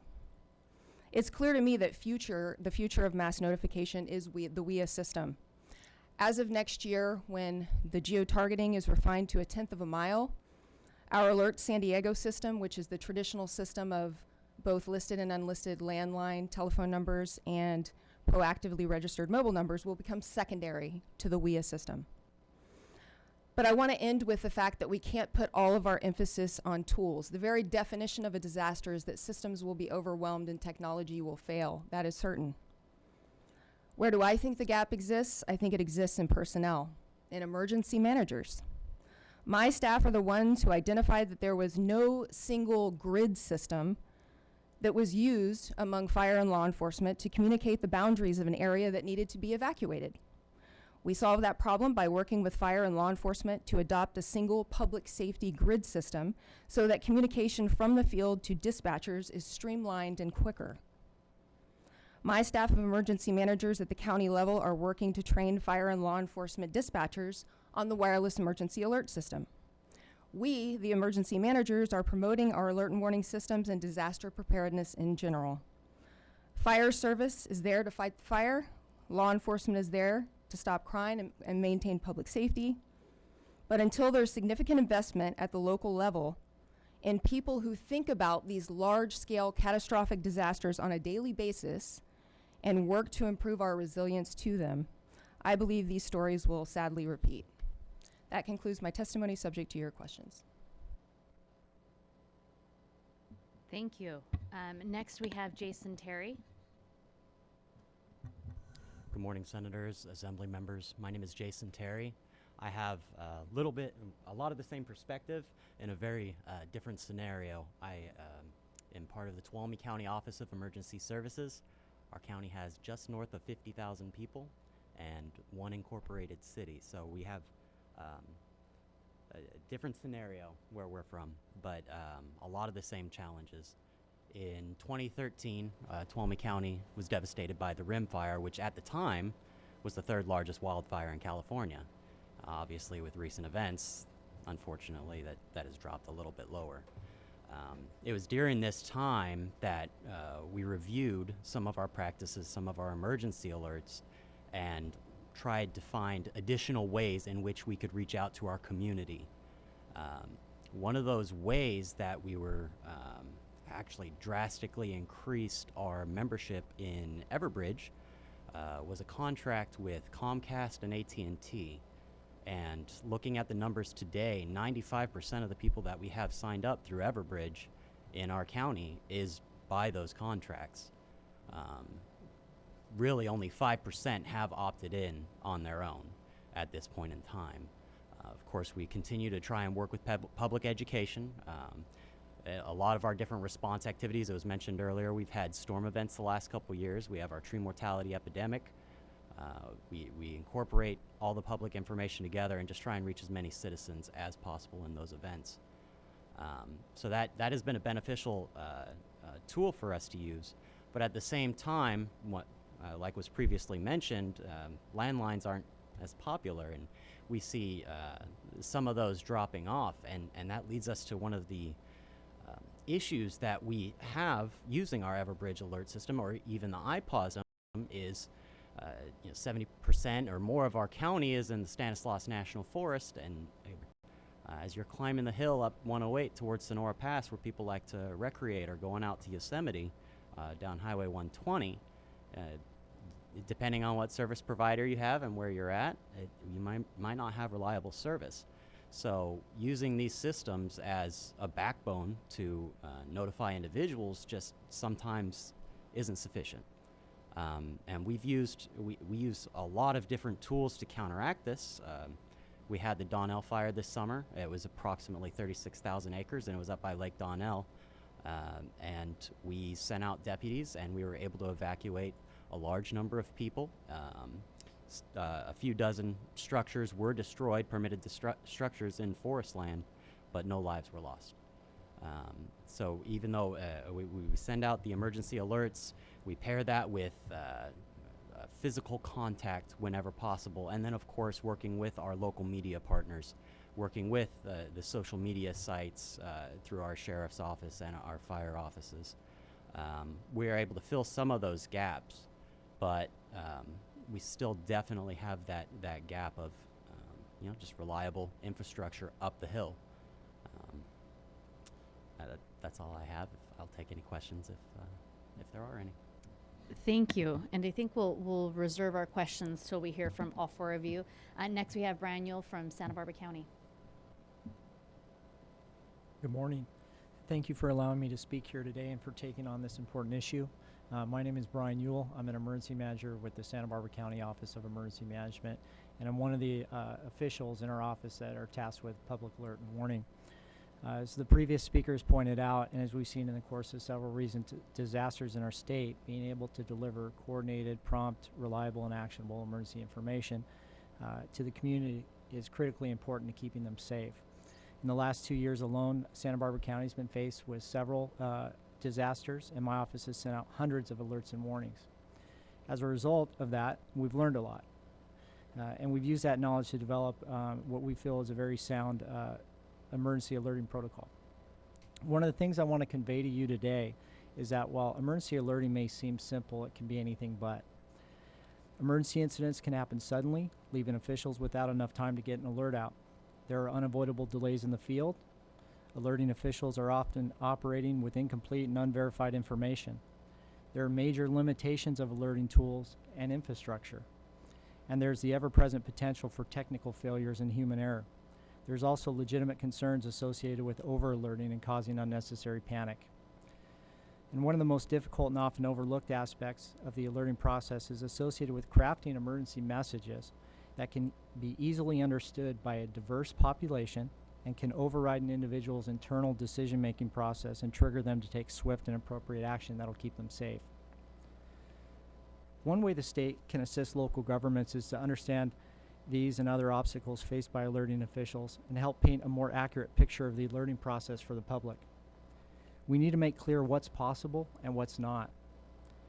Currently, the public's perception is that as soon as an incident breaks, whether it's a fire, debris flow, hazmat spill, or other type of emergency, that all emergency officials have to do is press a single button and voila, an alert containing complete and accurate information is sent out instantaneously, reaches its intended destination within seconds and with geographic precision, and arrives in multiple languages and in multiple formats. This is the perception. Unfortunately, the reality, as mentioned previously, can be quite different. Another challenge in an area where the state could help is with coordination. The alerting process is a chain that consists of a mix of public and private sector entities that spans multiple levels of government and includes autonomous cellular, internet, radio, television, cable, and utility providers.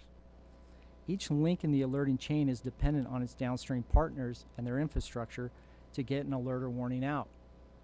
If there's one weak link in that chain, the whole system can fall apart and the alerts and warnings will fail. In order to be successful, all of the aforementioned groups must be fully engaged, properly trained, have compatible gear, and the willingness and ability to work together in a coordinated manner. Just getting these groups to the table can be difficult. As one of my former coworkers put it, coordinating this process is like extreme cat herding, only worse. I'd have to agree with him. But despite these challenges, we can and must succeed. The recent Senate Assembly bills and the statewide alert and warning guidelines currently under development are big steps in the right direction. But more needs to be done. A little later today, the panel is going to be speaking about successful alerting in the future. Hopefully I won't steal their thunder by giving you all of the details of their presentations, but what I will say is that in order to be successful at alerting and implementing change on the ground now, local governments need a simple procedure that provides clear guidance and takes as much of the guesswork out of the alerting process as possible. It should also leave enough flexibility so that each jurisdiction is able to develop specialized procedures that work for them based on their own unique operational needs, demographics, staffing levels, and budgets. Any products or processes developed along these lines should bolster their efforts and operations, not constrain them. There also needs to be adequate support and funding to provide regular and repeated training on alerting tools. This is imperative because just like a firefighter or paramedic trains to become proficient on a piece of life-saving equipment, agencies and officials tasked with alert and warning need to train just as relentlessly on the use of their alerting tools to be able to generate fast and effective public alerts and warnings. In Santa Barbara County, our emergency alerting protocols are based on these principles. We utilize an array of alert and warning tools with the goal of getting messages out early and often and in as many formats as possible. To help guide this process, we've developed a tiered chart that provides clear direction as to which alerting tools to use and under what circumstances. The chart allows us to quickly match the severity of a hazard or threat with a specific set of alerting tools. The higher the urgency or more severe the threat, the more alerting tools we use to notify the public. This speeds up the decision-making process significantly and adds an element of consistency to an otherwise erratic process. We've also developed easy-to-follow job aids and fill-in-the-blank message templates in English and Spanish that serve as workarounds for certain alerting tool limitations like character limits and to help dispatchers get emergency information out quickly. This simple model has been used during several recent real-world incidents and has proven to be flexible, scalable, and effective. In closing, I just want to say that we have a unique opportunity here to get this right. We have the will of our local representatives and emergency officials. There's thoughtful legislation on the books, and the public is asking in no uncertain terms that we do better. I believe we are up to this challenge, and by continuing to work together, we can get this job done. Thank you very much for your time. And next we have Jeff Norris from San Mateo County. So thank you very much for including me on this panel. San Mateo County is a resident population of 760,000 people. We're located between San Francisco and Santa Clara and Santa Cruz counties, so we're kind of the one reliable bridge between San Francisco and the rest of the nation, which puts us in a unique position in that we are the support structure to San Francisco. We have 20 cities that are incorporated within San Mateo County, and we have our 21st city, which is San Francisco International Airport, which is entirely in San Mateo County. So we have a very diverse structure. We have rural territories, our coastal areas, our inland mountain region, and then we have extremely high-density urban areas along the bay side. We have towns that range from populations of 116,000 to a population of 1,600. So we have great diversity. San Mateo County is now on its third alert and warning system over the course of the last 15 years.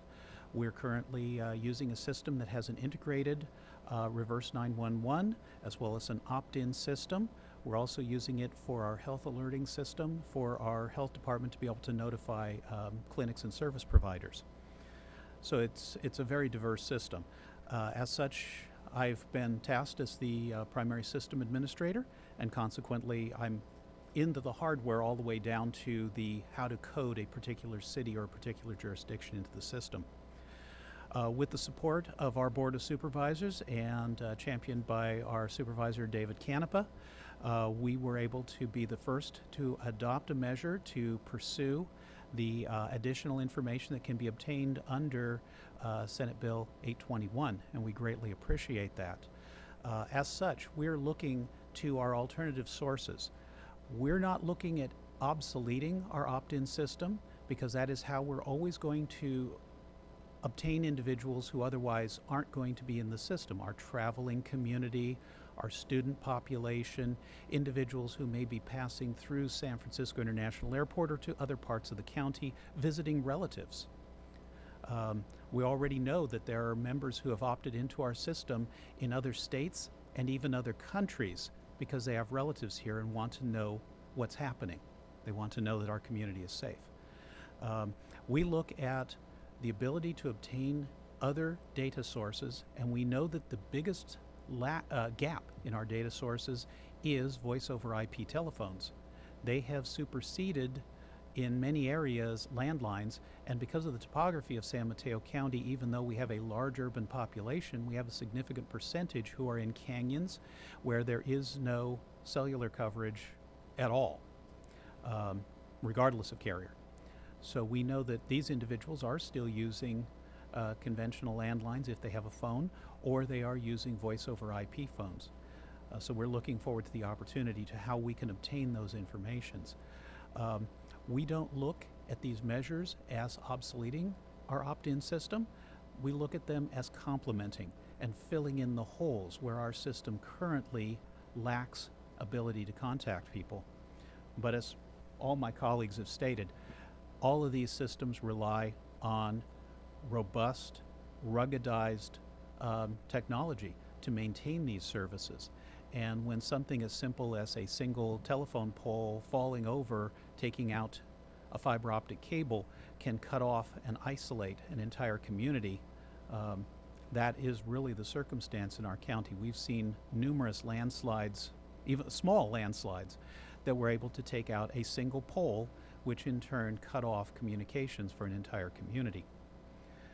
We continue to look forward to how our other systems, our other technologies are going to work on our behalf.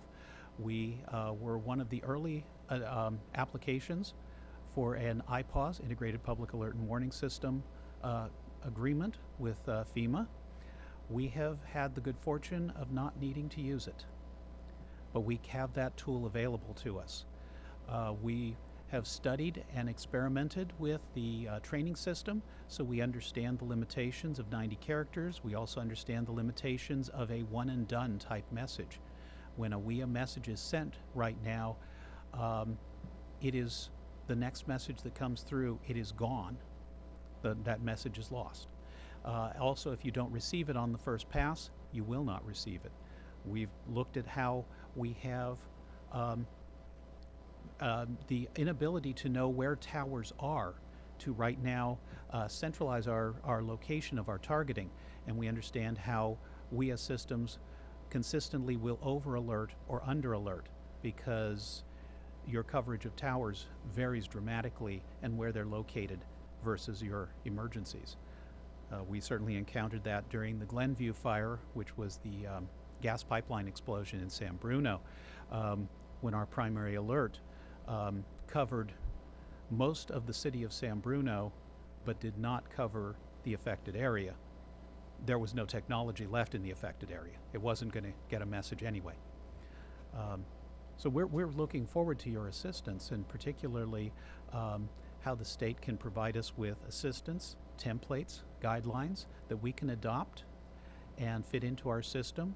We've looked at our language issue. We've identified our 4 most common languages, but we also have 25 other languages that are less than 0.5% in our population. And we're working at how we can reach the 4 most common languages, knowing full well that that still leaves part of our community uncovered.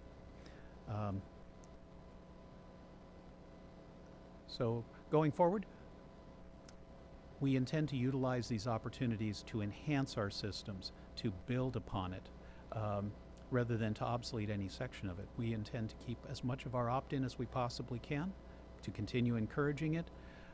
Right now we're sitting at about 72,000 opt-ins of our 760,000 population. We're about 9%. We're looking to try to make that number larger, because we still view opt-in as our best source for accurate information that doesn't have to be deconflicted or checked for accuracy or removal of duplications. at any rate, if you have any questions, I'd be more than happy to answer them. Thank you. And I will start off with just asking a question. All of you brought up language access, and all of us here have been authors, co-authors, and voted in support of a number of bills, including one related to language access. And we share something in common with each of you, that we put forward a tool, which is our legislation, to try to address an issue, but certainly, as you've all identified, that tool doesn't solve every single problem, right? Even one piece of legislation does not cover, one, the changing landscape, but two, even the landscape as we understood it. You have us here. We're open to amending, to changing, to thinking, forward thinking in terms of how we address some of this issue. But on the language access issue, I mean, we knew from the beginning there was more than one language that was going to be spoken, right, other than English. We also identified that it was critical to get as many people informed, because one uninformed person could actually be not just a safety issue for him or herself, but certainly for others as well. So how do we think about that and moving forward? And I appreciate the recognition that there are regional differences. There's difference in what capacity, what cities and counties can or can't do. But how do we think about that moving forward? I think it's very taxing from a local government perspective to talk about mandating issuing public alert and warning messages in various languages, and there should be a recognition of that. I have one staff member, and I am well-resourced comparatively to other local jurisdictions. I have 23 staff, and I have one staff person who speaks Spanish. What we've done is we have recruited county workers who are bilingual, and they volunteer their time such that when we send out a public alert and warning, if it's a weekend at 10 o'clock on a Saturday night, they chime in and translate for us. It's completely voluntary. When you talk about translating messages into multiple languages and only getting it out to the people it's intended for, that system doesn't exist. So as the bill is written now, we would need to send out a wireless emergency alert in English. And as the system exists today, if I am targeting Petco Park in downtown San Diego, that message is going to be received in my neighboring counties. That's what happened last year. It was received in Orange County and Riverside County, who called me and said, "Stop alerting my people." And I said, "Sorry, it's the system. I have no control over it." But I will be sending out an alert in English, reaching millions of people. I will then, by law now, follow that up with a message to all of those same people in Spanish. And my fear and my concern is that people immediately go, "I already got that. I don't understand this language." And they go in and they turn off the wireless emergency alerts because they are able to opt out of wireless emergency alerts unless it's sent by the president. They can opt out of my messaging. And next time when I need to reach them, I won't be able to. So that's the law as it's written now, is if I send out an English alert, it's not geo-targeted right now. So there's another year before that goes into place. At the end of 2019, the system will be improved that will allow for a 1/10 of a mile geo-targeting. That's not the case now. There's mass over sort of alerting in the system. So that's the concern from my standpoint. So beyond that, even when we do get this new advanced geotargeting to 1/10 of a mile and the expansion from 90 characters to 240 or 360, depending upon which proposal for rulemaking from the FCC you read, even then, much of the telephone hardware, the actual handsets that individuals have, are not capable of receiving them still. And it's going to take a obsoleting time period while people are returning older equipment and getting newer equipment that's capable of receiving these messages. We actually encountered this problem when we were having a issue with a levy. I have the luxury of being able to call to an adjacent agency in my my sheriff's office, and I ask for the most fluent Spanish-speaking person who works in the jail. He can be over in my building in about 4 minutes, and I use him to translate, or him or her, to translate the message for me. We did this for a levy issue, and we discovered our older technology did not recognize answering machines. We fielded hundreds of complaint phone calls from individuals who say they only received the message in Spanish because when the system sensed that the phone had picked up, it started playing the English message. By the time it started recording, it recorded the Spanish message. There are technology, our current system detects a tone and starts the message over again. But there are technology issues that will make multi-language notification very difficult, and we're attempting to overcome this as best we can. Literally our best option in this is our opt-in systems, some of which are working now with experimental systems where users can select the language they want to receive a language in. We're actually testing some prototype software that'll do that. It's not ready for general public use, but it certainly has great promise. Thank you, and I appreciate the comments and the concern about overtaxing counties.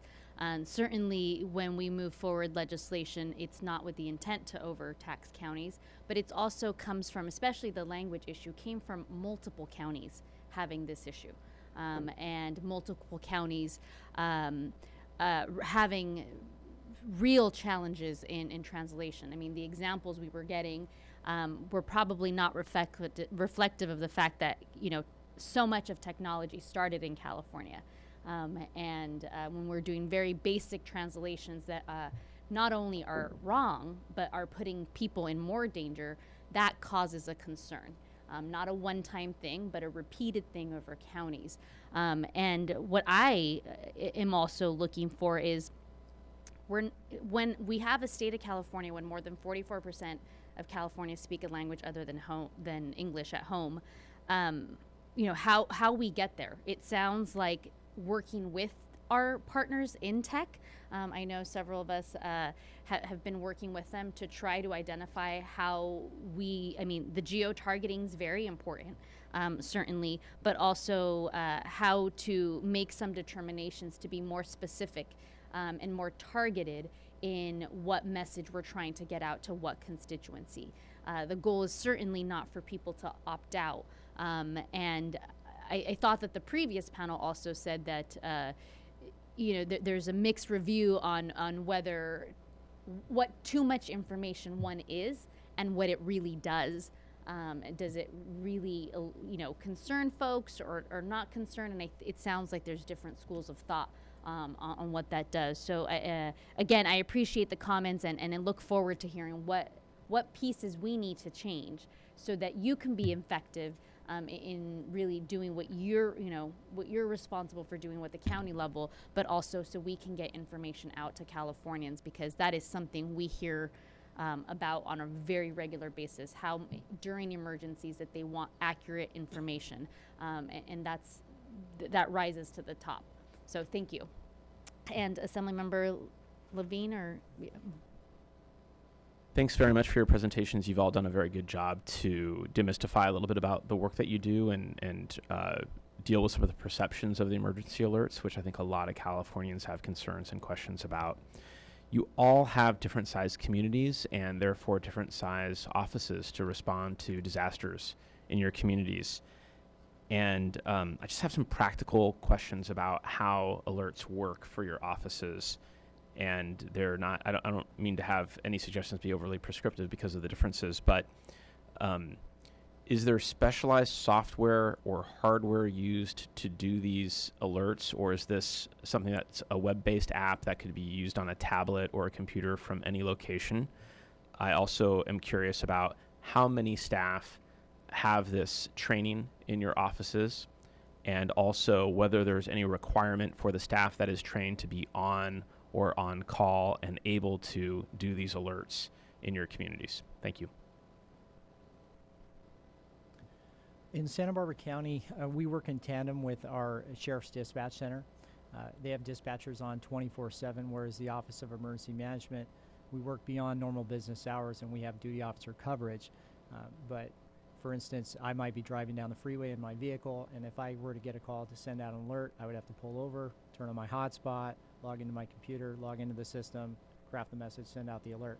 It's far from ideal, especially with rapidly developing emergencies like a fast-moving wildfire, something to that effect. So in Santa Barbara County, the dispatch center is really key as a 24-hour warning point for the community. So we're working very hard to make sure that all of those dispatchers are trained to become proficient in the system so that they can get the alerts out as quickly as possible. Any type of computer or device, or does it have to be special dedicated hardware or software? So it can be done on any device, including a phone. From my personal experience, I don't recommend doing it from your phone. There's some challenges associated with that, but they can log in anywhere. And our office, for a period of time, did a lot of the initial alerting, and our protocols have shifted to where the dispatch center is doing the initial alerting, and we will follow up with that. Or if for some reason the dispatch center is overwhelmed, which happens quite frequently when alerts go out, people need more information, they call 911 to get that information, unfortunately. Then we will assist them by doing that. In those cases, like I described, we will pull over from our vehicles and log in, and if we're not in the office or something like that. And we are available 24/7 to do that, and we have done that numerous times in the past. Tuolumne County has a very similar scenario. Our Office of Emergency Services has 1 FTE, and he's sitting right here. So 24-hour coverage is difficult for that. It is. So our emergency alerts are done through our sheriff's dispatch. Like previously mentioned, they could be done from any computer, utilizing the Everbridge and iPod systems. I would just say ditto. Same exact thing. In the 2007 fires, San Diego County evacuated 515,000 people as a result of those fires, and our staff, the Office of Emergency Services, was very much backup to Sheriff's Dispatch, initiating public alert and warning evacuation campaigns. San Mateo County has taken a slightly different approach. Some of our dispatch centers for our 20 incorporated cities do the notifications for the agencies. Other agencies contact the Office of Emergency Services to do our notifications. We maintain a 2-on duty officer status, 1 emergency manager, and 1 deputy sheriff or 1 sheriff sergeant. So we always have 2 people available at any given time with sending capability. But we've also extended our message origination capability out to some supervisors in some of our agencies, some of our wonderful partner agencies like the Highway Patrol. Some of their sergeants have the ability to put messages out. And our software similarly can be accessed from anything, including a mobile app. But we've actually made it configured things so that our software can be operated from the mobile data terminals that you'll find in most police cars and most of our fire engines. So a fire battalion chief on scene, if he decides he wants a shelter in place, he can put that message out right there from the back of his battalion chief vehicle.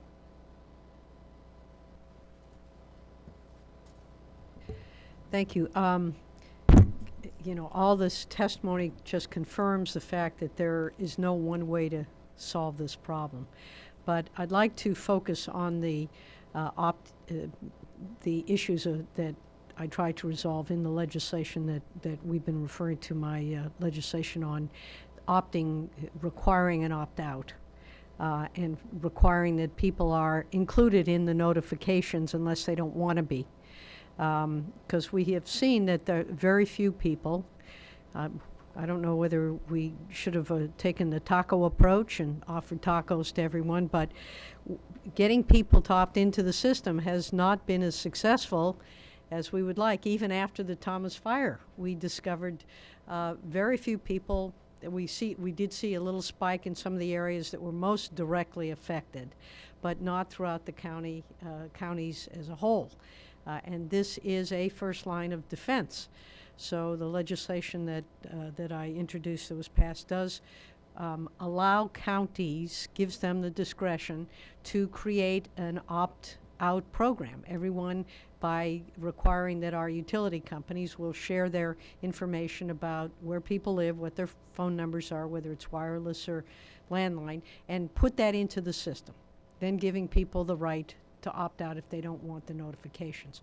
My suspicion is that people aren't going to do anything, and so they'll have been opted into the program, which is a plus. But as you say, when people voluntarily opt in, they can tell you where they live, the language that they prefer to get notifications. Clearly a better approach, but not one that seems to have been as effective. So it's a system that allows discretion within each county. And I'm curious, because I'd like to see every county do this. I just think it will help save lives and give people notice, assuming that the systems don't go down, you know, that we don't lose cell power, all the other options. But assuming that the system is in place, it will give notice to people. And that's one of the things we want to do.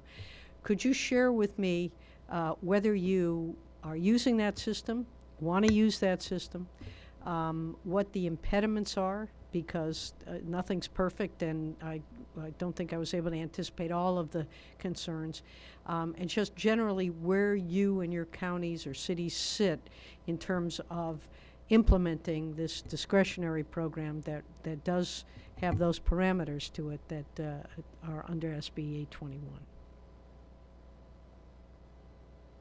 So in Santa Barbara County, we're working with 2 local utilities on the South Coast because that area was most impacted by the recent emergencies. And what we're trying to do right now is we're trying to identify the type of data that they have, how we can configure it to be able to upload it into our emergency notification system. And some of the concerns about the data are that some of the data can be quite old when it's utility information. It also can be incomplete. Ideally, what we want to have is we want to have a person's name, their current address, their email address, you know, their cell phone number so they can receive text alerts, voice calls, their landline number, and so on and so on and so on. The utility companies so far that we've spoken with have some of that data, but not all of it. So being able to piece it all together in a way that makes sense so that they can get those alerts as quickly as possible, text and email being the fastest routes to getting information, is what we're trying to accomplish. Our vendor Everbridge is very confident that that can be done easily, and like I said, we're using those 2 utilities on the South Coast as our test cases for this, and our deadline for that to kind of have it in place and see how it works is going to be January 1st. Not soon enough, but you know, we are trying to do this in a way that it doesn't hamstring our local utilities any more than we have to. But we're also, there's a sense of urgency, right? We have a storm predicted for tomorrow, you know, and we could utilize that information. But I feel very confident based on what our vendor has told us, and then also about the ability to provide an easy opt-out for the public. Thank you. Working with that same software platform, and with one of our cities being its own cable TV and voice over IP phone provider, they actually voluntarily came to us and said, how do we get our data into your system?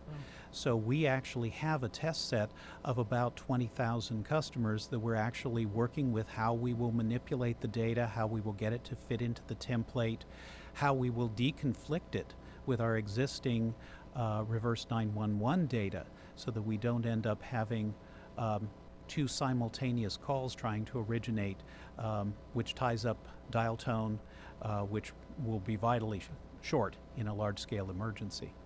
So we're working with the same thing. We're anticipating being able to have that city's data in our system by the end of the year, and using that as our test structure for how we will then go to our clean utility provider, Peninsula Clean Energy, as to see what their data set looks like so that we can incorporate their information as well.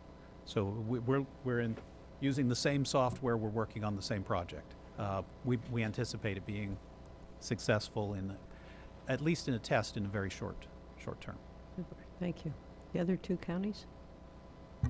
Yeah, Tuolumne County is excited about being able to utilize this tool, specifically with our utility sanitary districts, to be able to reach more folks. We do have a larger population of retired and elderly individuals, and some of the individuals that we've come in contact with are a little more hesitant to sign up for it, but if they were to opt out and they're already a part of it, I feel that it will make it a much more streamlined process for them to come into it. And of course, there will be some work on the front end, making sure we don't have duplications and trying to transition it seamlessly into our current system. But we definitely feel that there are a large amount of benefits to this program. I think my colleagues have covered it well. Different software program in San Diego County, but same issues with deconflicting as well as setting up formal agreements with utilities, which often takes some time with lawyers involved. I would just say that after, in a year from now, in 12 months, when that 1/10 of a mile is established with wireless emergency alerts, that will be our primary alerting system because it does capture visitors and people who don't have landline phones. And our Alert San Diego system, we will still use it, but it will be sort of our secondary system because we know we'll reach more people through the wireless emergency alerts than with the other system. But we are excited about the development with having utility information. So the last question with respect to that, this does require cooperation from the utility companies. They have the information, or at least most of it. In your experience, are they cooperating? Is there a problem? Is there something that needs to be done to get greater participation by the companies in providing you that information? So far, the utilities that I've approached have been very willing to cooperate with this. I think their sense of urgency is a little less than mine. But I'm an emergency manager, so I'm always anxious. But I think we're moving in the right direction, and having the legislation to back up our request for information has been critical. Tuolumne County has worked with a lot of these districts in incorporating them into our hazard mitigation plan, and we have a lot of good relationships with these folks and a lot of the same goals and visions. So I don't foresee any issues with any of our local agencies and partners. Super. Thank you. Thank you. Thank you. Senator Stern. Thank you, Assemblymember. Couple just quick factual questions. So, how has anyone used WIA in the past year? I know there was an instance you mentioned, Holly, but just by number of times. Tuolumne County has used it once for the Donnell fire. Once for Donnell, and then have you used your reverse 911 opt-in framework how many times in the last 2 years, say? A dozen times. About a dozen? Non-fire, exactly. Other notifications. Atmospheric rivers come through, fires, there's several different incidents. In Santa Barbara County, we've probably used it a total of 30 times in the last 12 months. WIA. Okay. In the last 12 months, it's probably been between 10 or 15. The majority of that was around the Thomas Fire. As the Thomas Fire moved from Ventura County into Santa Barbara County, incrementally we were sending out WIA alerts to alert folks about the evacuations that were occurring, and we had to do that repeatedly over the course of several days. And then subsequently for the debris flows, we actually also did a preemptive WIA as part of the evacuation process ahead of the January 9th debris flow. I think I remember, the alert, or at least seeing one of them. I just was going back through with my staff, but fast-moving brush fire was the big county-wide alert that went, and then it wasn't then it went referred to the county website. It wasn't necessarily a refined set of evacuation instructions. It was sort of that general, be ready. Then came more refined, and do you sort of plug and play through the disaster where you're going WIA at first, but then you're using the other platform, or are you once you pick going that route, do you sort of stay there? Well, it's a combination of things. First, I'm not sure if that was our alert. That might have been Ventura County, by the way. I'm sorry. But yeah, same idea. What we try to do is at a minimum, we try to get 3 bits of information in there: what's happening, where it's happening, and what people need to do to stay safe. If we can, we'll try to squeeze in some sort of link to more information, right? And that's extremely challenging with 90 characters. At the start of the Thomas Fire, every WIA that we sent out in Santa Barbara County went county-wide. And our county is very diverse. Yeah. So if we're having something occurring in, say, Santa Barbara along our south coast, people in Santa Maria, tens of miles away are getting that alert. So if we're not specific about the location, then there's going to be issues. People are going to be panicked unnecessarily in an unaffected area, and like I mentioned before, they're going to call 911 for more information to find out what to do. We've had that happen. Until next year, right? And next year the system will update the 1/10 of a mile. That should solve that? That should help. Actually in the process of I can't remember if it was during the Thomas fire or the debris flow, the process actually became refined without our knowledge. We became aware of that because we didn't receive the WIA in the EOC that we sent out, and we tried to figure out why. So we actually did some field testing to try to figure out what area did receive the alerts. Since then, it's been targeted to a greater degree than it had been in the past. So our alerts aren't going out, or our WIA alerts, I should say, aren't going out countywide anymore. They're going out to a much smaller, more targeted area. But like was mentioned by one of the other speakers, those WIA geofences are really dependent on the configuration, location, and range of the individual cell towers. Right. And even if you have those maps, those ranges are vary, across the board. So that's been extremely challenging for us because we know that anytime we send this, it's not going to go out necessarily to the polygon that I draw on a map or a dispatcher draws on a map to alert an area.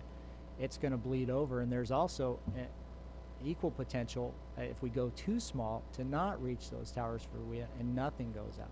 And so it's in a lot of ways it's one of our most valuable tools, maybe our most valuable tool, but it also has a lot of complications that make it difficult for us to get these out. And what we're trying to do is hopefully once the character limit is increased, it'll allow us to be more specific in the area so that even if something does go countywide, if you are in Orchid and something's occurring in Santa Barbara and it says Santa Barbara, you might have gotten woken up in the middle of the night, hopefully not, but you'll quickly be able to look at your phone and say, okay, that's Santa Barbara. I'm not in an area that's going to be impacted by that. What I'm hearing from you all is even if we get more refined with WIA, either with character count, you can do it big countywide and stay refined. You also get to 1/10 of a mile. You're doing everything you can on the opt-in side, tacos, etc., to try to get the public information out. We haven't had the opt-in rates we need. I mean, I don't represent Paradise. I know if my counterparts there, Senator Nielsen or Dolly or Gallagher, there are going to be some strong opinions coming out of that incident.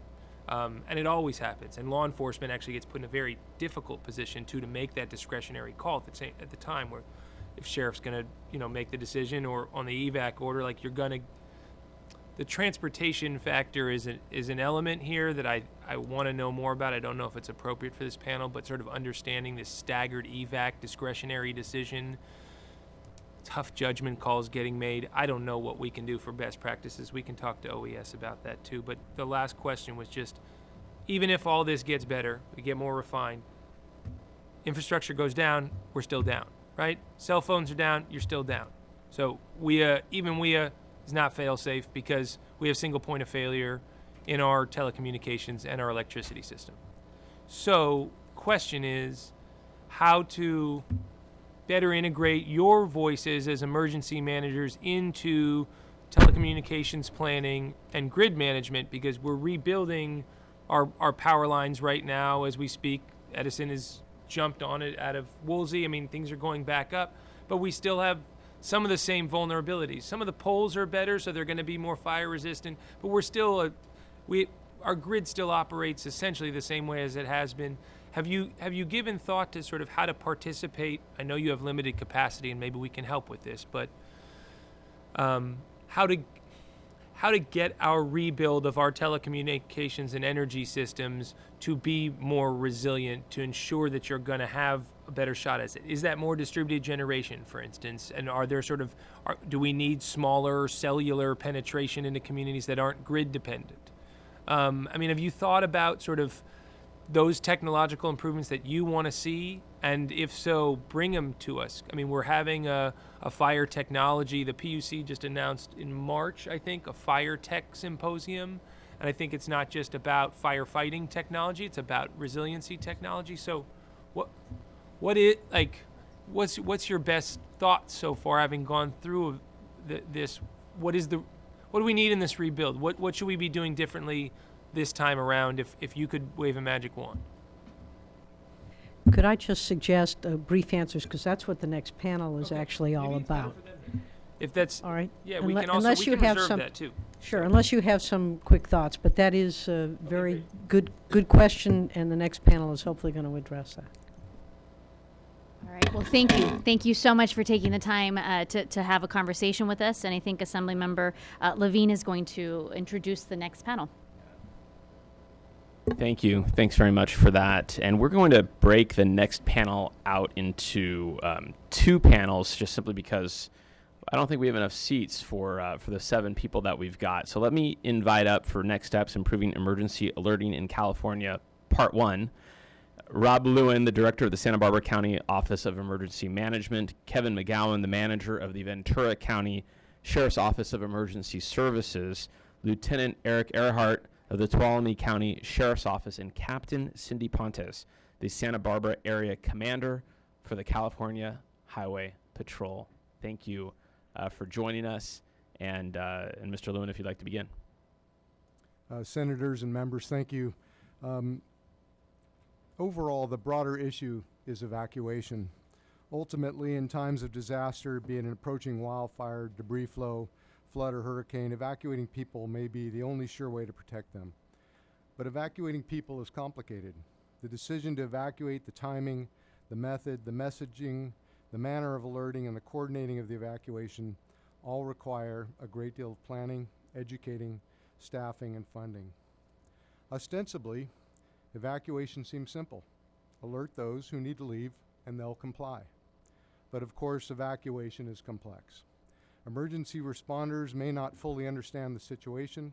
Technology and staff training limit options, especially when events outpace expectations. Finally, in the chaos of a disaster, citizens ultimately make their own decisions individually on their course of action. In some incidents, emergency officials have enough time to do 3 things: create a plan, alert the public, and execute the evacuation. Other emergency situations cascade rapidly without adequate time for advanced preparation or warning. Alerting becomes the Achilles heel of an evacuation when it comes too late or doesn't reach enough people to prevent loss of life. Instead of a common approach to alerting and evacuation, however, each of California's 58 counties have been left to its own devices, resources, and safeguard lives during a disaster. Then, after each tragedy, news articles identify perceived failures of the impacted county's systems and methods. Blame is placed, however inappropriately, in the light of hindsight, and finally, some corrections are made. But next time disaster strikes in the adjoining county or in a county that just does not have the resources to identify and fix a problem they do not know they even have, the same systematic problem leads to greater loss of life and property than necessary. Following the 2003 devastating fires in Southern California that killed 24 and destroyed 3,710 homes, outgoing Governor Gray Davis and incoming Governor Arnold Schwarzenegger established the Governor's Blue Ribbon Fire Commission charged with broad review of all aspects of wildland fire impacts in California. The Governor's Blue Ribbon Fire Commission report was very comprehensive and it identified many recommendations that dealt with all aspects of wildland fire protection. One of those clearly identified the need to improve systems to alert and evacuate residents. I quote from the report: "The Commission recognizes the critical role of timely emergency notification of the public of imminent threats and recommends that local governments prioritize development of appropriately early warning systems to address the needs of their communities. Many of the victims of the October 2003 fire siege indicated that they had no warning of the fire's approach. In examining potential early warning systems to address their needs of their communities, local governments should consider reverse 911, emergency evacuation siren systems, and potential combination systems, especially in remote areas." So what do we do to improve our alerting and ultimately evacuation? So taking a cue from the 2003 fire season, it behooves us to once again convene a diverse group of experts to focus on evacuation and alerting and provide a foundation for all the counties. Number 2, ensure each county has 3 tangible things for successful alerting: software and hardware, adequate staffing, and good training. Number 3, for an alert to be successful, it requires 5 things. The field incident commanders, fire and law, need to be able to attain a situational understanding of the emergency quickly, to plan, to put together. They must convey the actions of public needs. They must convey the action the public needs to take to the dispatch center. A clear messaging of the public that they understand, including a multiple language, must be sent quickly from that dispatch center. A technical system that works fast to deliver the alert message every time. We have cell providers that are now as important as our public utilities. They should be included in that level of regulation. And finally, a citizenry that is prepared and willing to take actions such as to evacuate. Thank you. Thank you, Mr. Lewin. Mr. McGowan. Chairs, honorable members of the committee, my name is Kevin McGowan from the Ventura County Sheriff's Office of Emergency Services. Thank you for this opportunity to provide testimony today regarding emergency notifications. First, I would like to just offer a heartfelt thanks on behalf of Ventura County for everyone that supported us during our response and now our recovery from the Borderline, Hill, and Woolsey incidents. It's been a pretty impactful 2 weeks. Many of the people in this room and maybe watching were some of the first responders through mutual aid to help us. So thank you. Ventura County's hazard portfolio spans a pretty broad spectrum, as many places in California. We have technological failure hazards such as dams, natural hazards, earthquakes being one of the predominant ones, and human-caused threats such as terrorism. Unfortunately, many of these hazards we face have the potential to yield catastrophic results and come with no notice. So there's a big difference between what our East Coast public safety organizations may face with a hurricane than what we face here in Southern California or California on the broader scale. This is why I think alert and warning has become such a valuable tool, but also is one of the most important and critical responsibilities and functions we face in public safety on these large-scale events and disasters. Because of that, in Ventura County, we've strived for perfection in alert and warning. We've invested significant capital and resources over the years to ensure that we have a successful program, and at the core of it, it's a partnership. And a lot of our colleagues today have already discussed this, but Rob brought it up with the comment about alert and warning is really just a tool. It's evacuations, it's emergency protective measures that we're trying to communicate, and those aren't originated via a software or a tool. Those are human decision-making processes and capacities. And so first and foremost, I just want to acknowledge that in Ventura County, we look at that as the primary focus of an effective alert and warning program is this human element, the decision-making process. And it's an integration between what's going on in the field and what's going on at support locations, whether they're command posts, emergency operations centers, so forth. Our approach to whole community emergency management on the grand scale is definitely echoed throughout our emergency notification and alert and warning program. Ventura County, all 10 cities along with the county are in a formal alert and warning agreement, which establishes our baseline standards and processes. This also includes our emergency operations plans that include sections that discuss how alert and warning is going to take place in the county. We use a multimodal system. That system includes our emergency alert system, the wireless emergency alert system, VC Alert, which is our locally managed program, siren systems for one particular hazard, the dam hazard, and then all of our other sources, traditional and social media, websites, and then something I can't underemphasize, but it's the in-person notification. We spent a lot of time talking today about the technological side, but when you have a no-notice event such as the Hill fire that occurred, it doesn't matter if you have dispatchers who are 24/7. It doesn't matter if you have someone keyed up ready to type out an emergency notification. The initial notification is going to happen by first responders. In Ventura County, we've spent a lot of time training, discussing, planning for variations in what would be our typical response to something. So if there's a fire, it's rapidly moving based off of red flag conditions. We as an operational area take different actions initially than what would have been taken if it wasn't in those conditions, such as fire resources and law enforcement resources might not actually put out the fire. They might go downrange to try and evacuate people. So in-person notification still is a very, very important pillar within our notification process. And that includes all kinds of responders using PA systems, aviation air assets, the whole 9 yards. During recent incidents like the Thomas Fire, Woolsey, and Hill fires, we deployed every one of these tools to significant levels, and we've had the opportunity to see where some of the challenges exist within the deployment of these tools. I also would like to mention that post the Thomas Fire, all of our alerts have gone out in both English and Spanish, along with all of our support public information tools, such as our websites and social media accounts. It comes at a cost, though. Specificity and the ability to be clear and timely when you're adding translation factors into it definitely has degraded timeliness or effectiveness. However, it's increased the effectiveness in communicating to larger populations. So there's a give and take, and we are trying to navigate through that process as we work. And unfortunately, we're navigating it through during real disasters. Currently, not one of these tools is perfect. We've heard that multiple times today. There's plenty of limitations each one use, so that's why we're an all-in county. We deploy every tool we think is appropriate given the scale or the severity of that event. Now, we're not going to send out a wireless emergency alert for a small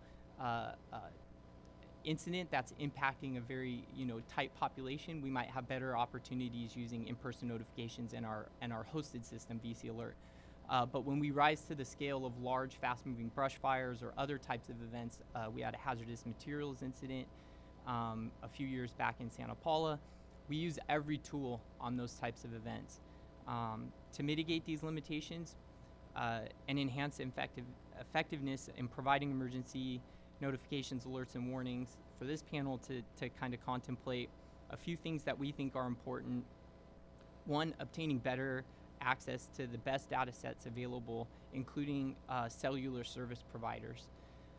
Continued funding for local emergency management training programs, and continued funding to procure the best alert and warning systems available on the market. Even with passing the recent legislation, for example, the opt-out program with utilities, it doesn't include that self-service provider group.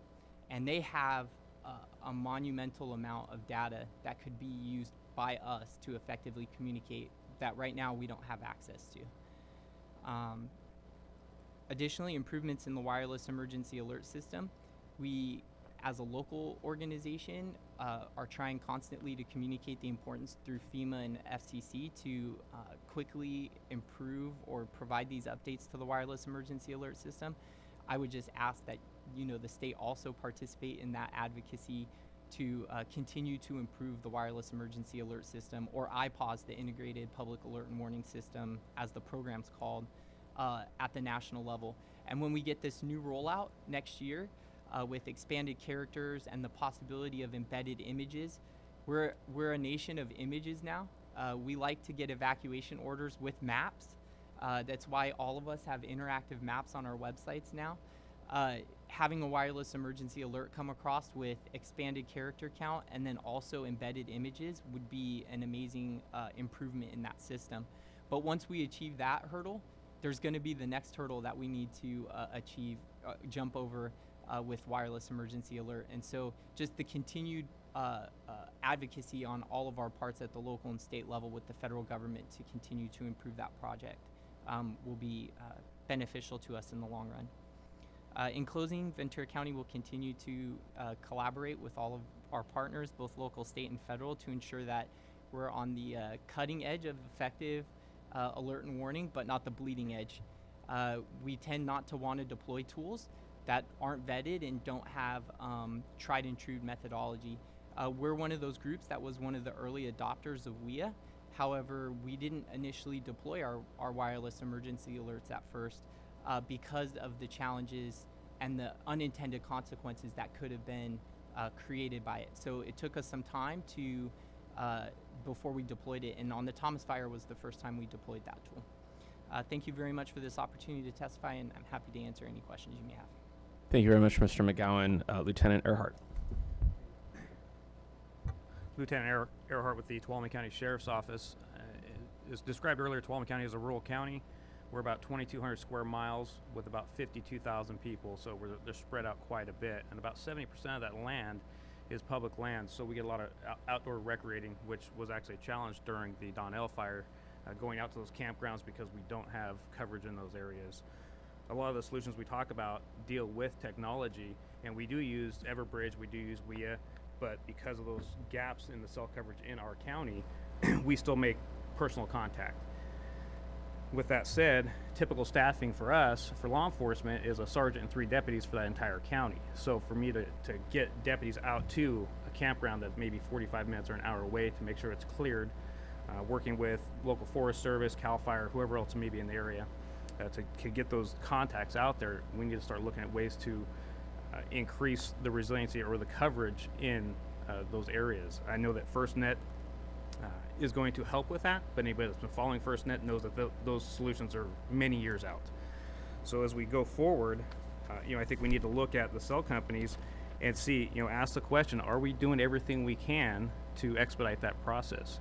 Secondly, are the cell companies doing everything they can using all the technology that's available today to provide that resiliency? So if that bundle of fiber is melted or cut, that there's some type of backhaul, whether it's be through radio or satellite, to make sure that system stays up in place. We had a bundle of fiber several years ago coming into Tuolumne County that was cut, and the majority of the county was without phone service for many hours because there was that single point of failure. So we need to also make sure we identify where those other single point of failures are. So that's a big challenge for us in our county. Is one is having a system that's reliable that we know is going to get the message out, but also getting the resources on the ground out to the people that need those notifications. Thank you, Lieutenant. Captain Pontes, please. Good morning. I'm Cindy Ponce, Captain with the California Highway Patrol here in Santa Barbara. I'm honored to be here on behalf of Commissioner Stanley, who was regrettably unable to make it today. I'm here to provide some information regarding CHP's emergency alerting processes and capabilities. The CHP's Emergency Notification and Tactical Alert Center serves as a resource to all law enforcement statewide in alerting the public in response to abducted children, assaults on law enforcement, and endangered missing elderly persons through the Amber, Blue, and Silver Alert programs.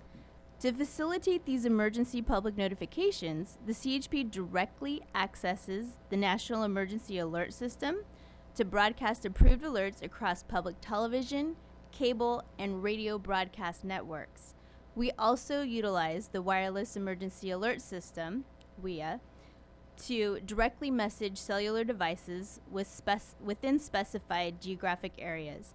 In addition to these alerts, the CHP may coordinate the activation of highway changeable message signs with Caltrans, the lottery message boards with the California State Lottery, and we also post to social media sites which are actively monitored by law enforcement and media outlets across the state. Amber, Blue, and Silver Alert emergency notifications to the public are typically disseminated within minutes of the initial request. As a result of these capabilities, proven over more than 15 years, the CHP possesses the technologies and has established the relevant communications links to support emergency notifications to the public as a no-cost resource to all law enforcement statewide. Unlike most other emergency operations centers, which must be stood up over a period of time in response to an event, the CHP staffs its emergency notification and tactical alert center around the clock 24/7, 365 days a year, which ensures immediate access to a cadre of trained personnel, only slowed in the dissemination of emergency notifications by the limitation of existing technologies. The CHP is not confined or limited by jurisdiction, a single county or a city, when disseminating emergency notifications. Rather, as the state police, the department rapidly pushes these notifications statewide or can target any combination of a local jurisdiction, a county or several counties, several cities, a suburb, or a specific neighborhood that is necessary to reach the affected public based upon the specified incident that's occurring at the time. The CHP's Emergency Notification and Tactical Alert Center has become a known resource for all law enforcement statewide as a result of the Amber, Blue, and Silver Alert programs. Thank you. Thank you, Captain Ponce. We're going to ask for this panel to swap seats with part 2 of the panel, but to still hang out with us. We may have some questions for you, and you may have some more insight to add. And I'd like to welcome Dr. Chad Hansen, the research ecologist with the John Muir Project, Mitch Megdigovich, the Deputy Director of Logistics Management from the Governor's Office of Emergency Services, for an encore presentation, and Liliana Encinas, the Public Outreach Coordinator from the Santa Barbara Fire Department.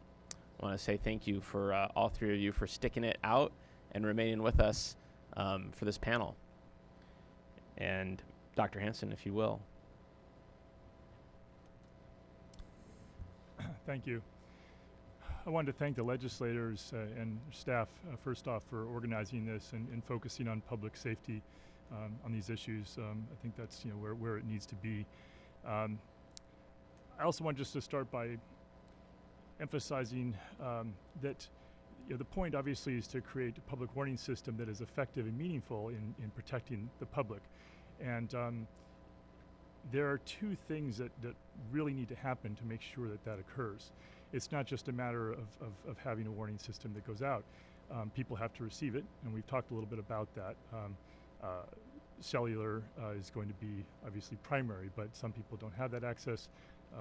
That the communication infrastructure can get taken out pretty easily. So low-tech redundancies are going to be important. They're going to continue to be important.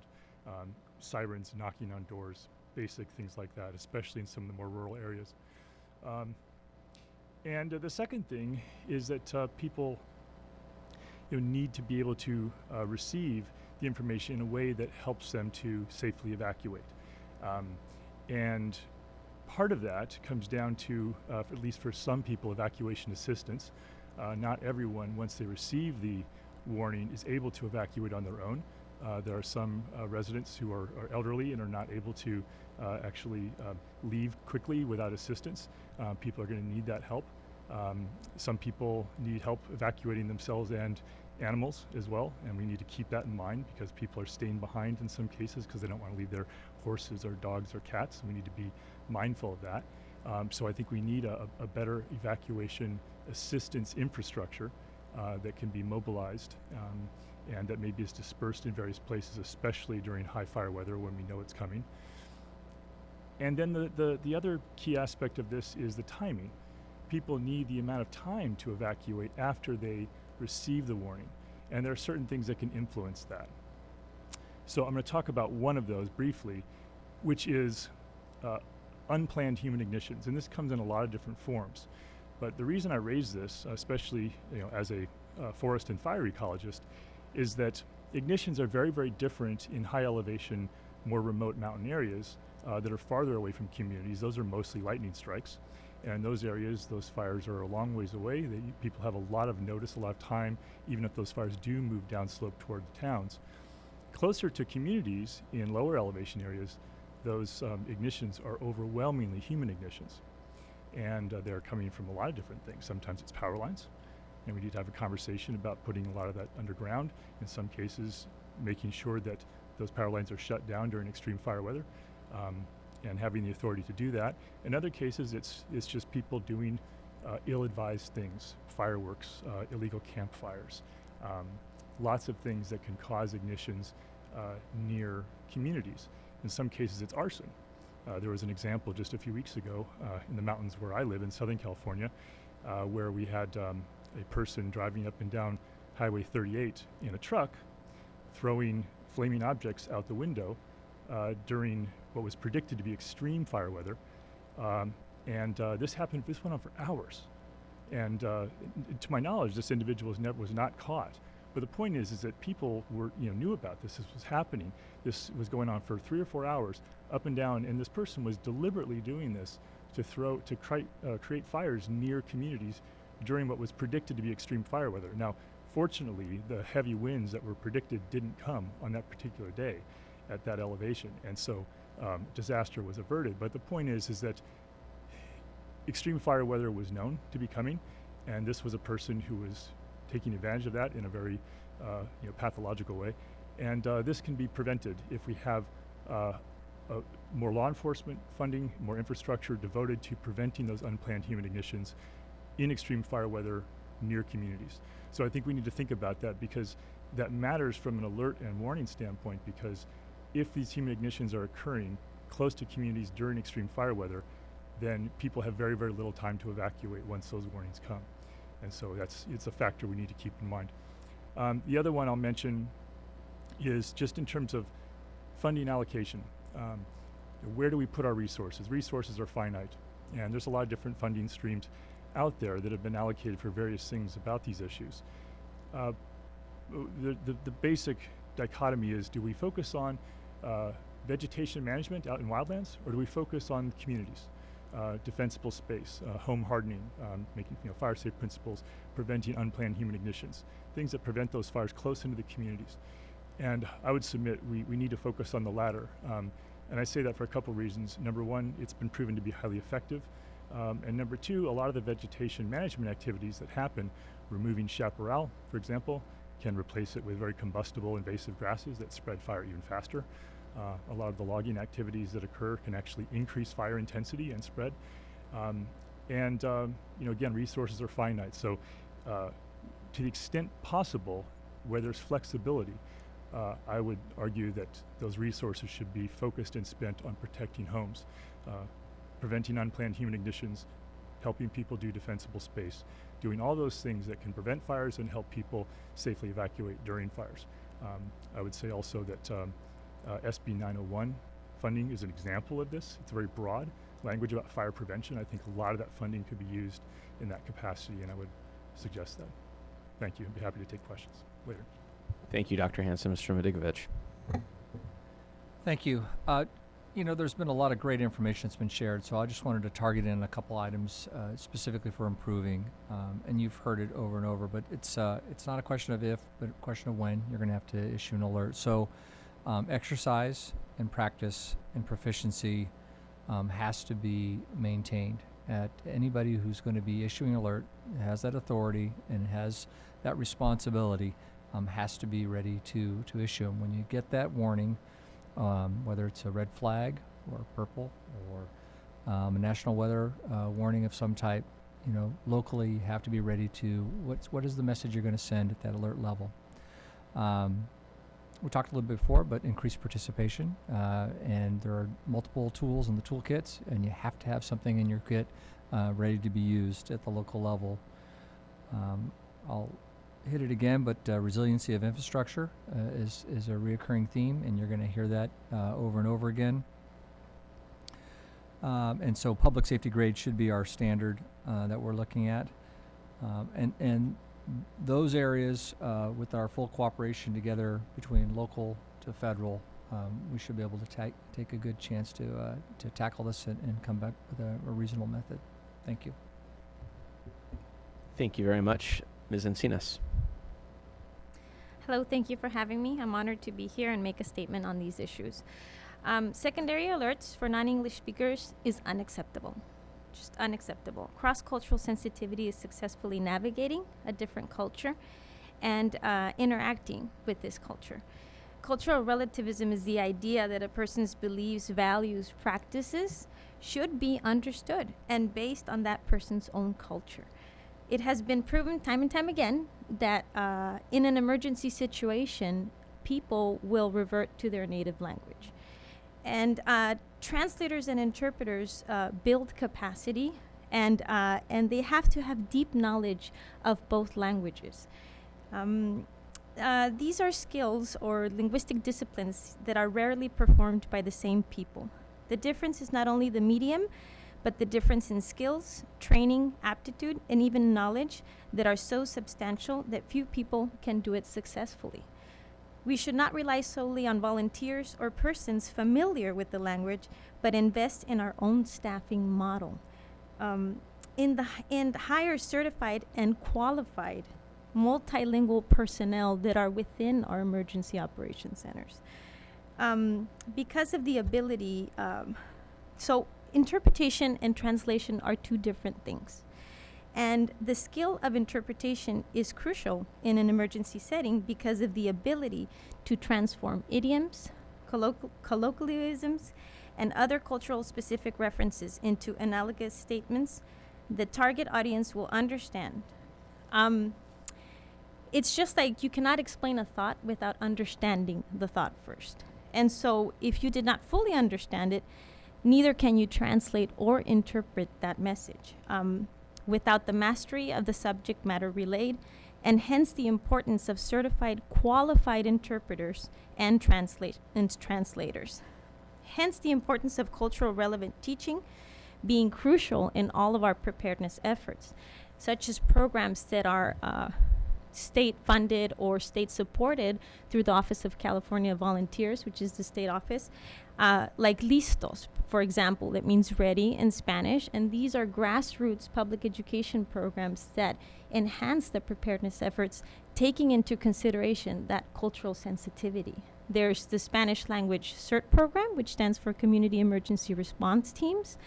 And then there's programs like our local programs here, the Radio Ready programs, that partner with agencies that will have live broadcasting or airing and really relay that message to these vulnerable populations or non-English speakers.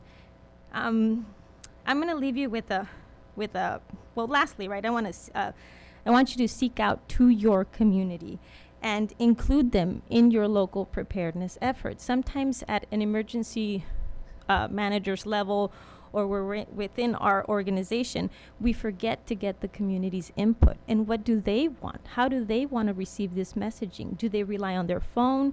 What is their method of communication? And sometimes it's easy, if we relate to that, to build a whole community approach when planning for disasters.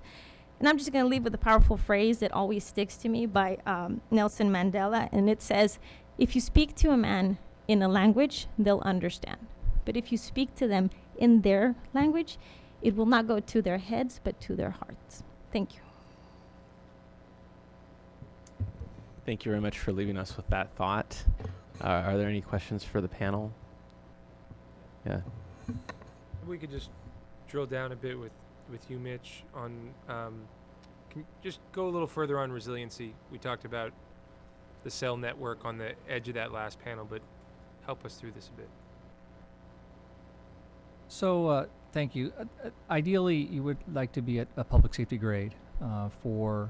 What does that mean? That is a standard that is established that allows that sets parameters for what the hardening and the resiliency of what you have there. So what you'll see is on those platforms, you're going to see backup power sources for them. You're going to see generally hardened infrastructure of some type. You're going to see clearance, obviously maintained for them. So there's kind of a whole series of those items that are there, and when you have that, it obviously helps to protect your cellular infrastructure or radio infrastructure that you're using. So that's obviously the ideal, and you want to be able to do, for example, Cal OES, there were areas where we couldn't refuel our personal network because we support the first responder community, Cal Fire, CHP, DOJ, corrections. They're on our network, Cal OES's network. And our sites were without power for multiple days. And so, we have backup generators that allow them to run for long periods of time so that they're not going to go down. And we didn't have to try to race in there to get to refuel them in the middle of the event. We had that capacity. And so when you have that backup and that capability, it's certainly helpful. And so the more resilient, whether it's a hurricane or a fire, you want to make sure that you're in a position where systems are operating. And so in the context of SB 901, I mean, I know we sort of went through a broad directive to the Public Utilities Commission about how to interface with both IOUs. I forget the role of the POUs, but I know the CCAs also have a role to play here. I mean, are they, your protocols are pending, right? You're going to publish the protocols, not under 901, but your recommendations later this year, early next year? Yeah, for 833 for our guidelines. Yes. For that side, we're going to have ours, should be fairly soon. We've already drafted them, and at the at what I would call the technical advisory level, where all our locals, they've already taken a good look at this and have been editing the document. So we were scheduled to have that presented at the Sims here in the middle of December.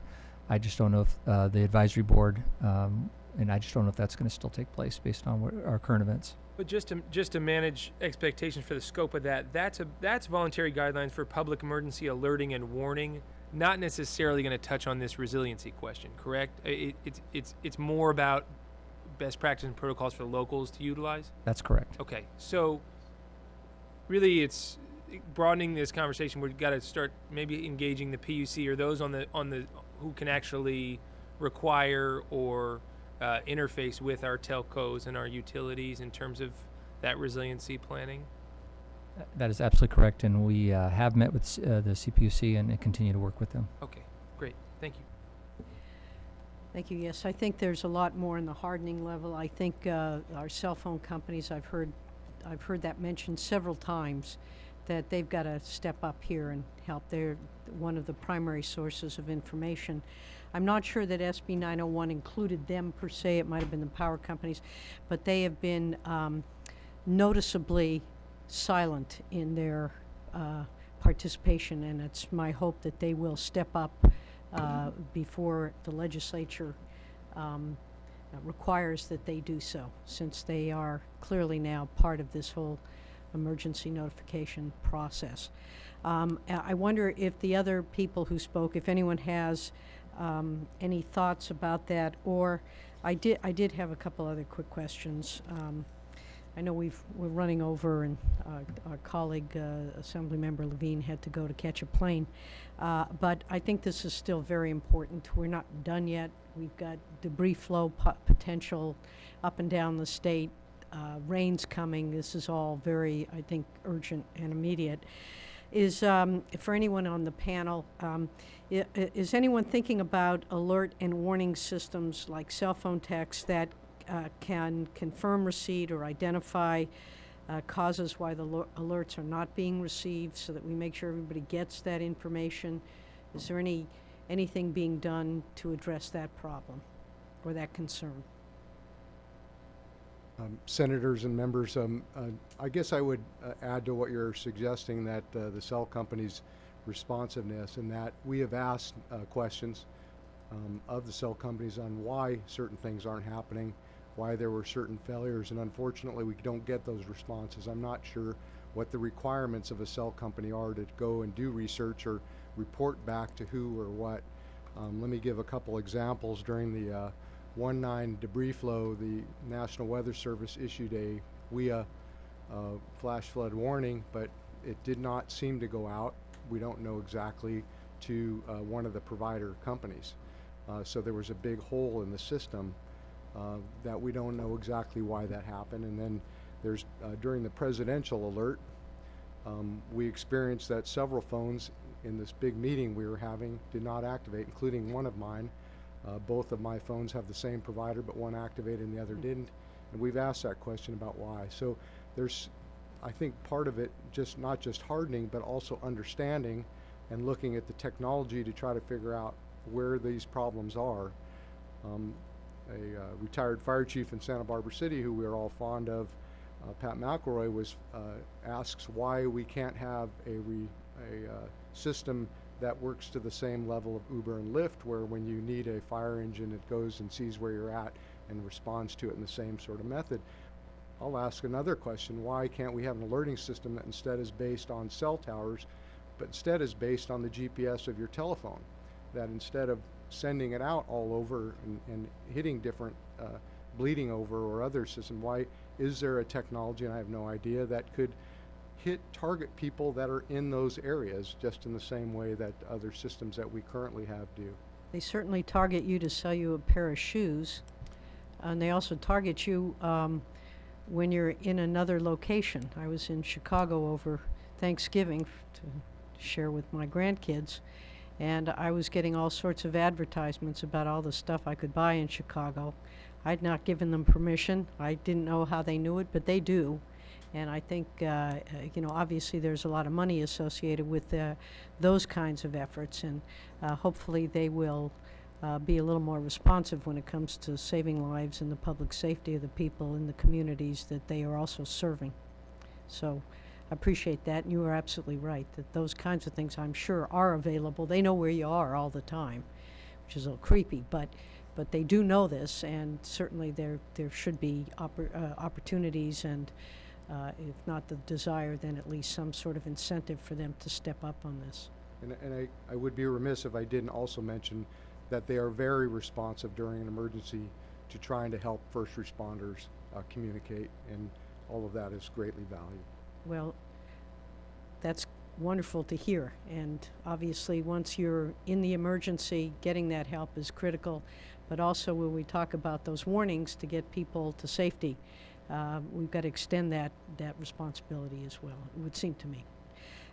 Last question I have is, how do we structure a public warning system that allows the public to follow up and to ask questions in a way that doesn't involve calling 911? Because I know during the, I can't remember what part of the Thomas fire, at 2:30 in the morning, I got a WIA call. Didn't tell me much except that there was a fire. Didn't say where, didn't say what. And my temptation was to call Mark Ghilarducci, because I have him on speed dial. Not a good plan at 2:30 in the morning, but I was awakened and I wanted to know what was happening, and I suspect everybody in the community had those same anxieties but didn't have his phone number.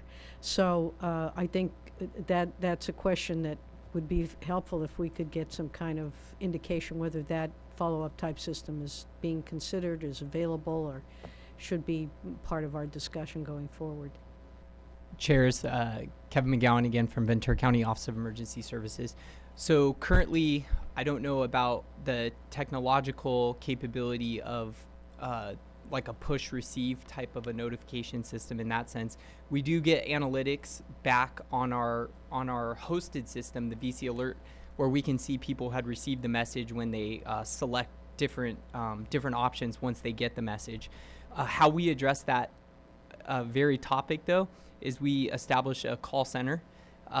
It does two things. One, it alleviates pressure off of our public safety access points, our 911 system, which is hugely important because people still need to call 911 when they're having a heart attack while the fire is occurring, right? So we establish immediately when we issue evacuation orders or shelter-in-place orders in Ventura County, we establish that emergency hotline. And then we also have the website where people can get information, and we push those passive systems through that emergency notification system. So as they're getting those VC alerts or the wireless emergency alerts, they're getting follow-up information that says go to these different sources for additional information. And we actually use the caller ID number for our VC alert system as the call center number. So some people will just be able to hit redial or call back the caller ID number, and they'll get routed directly to our call center. All right. Do we have anyone else who wants to respond? Yes.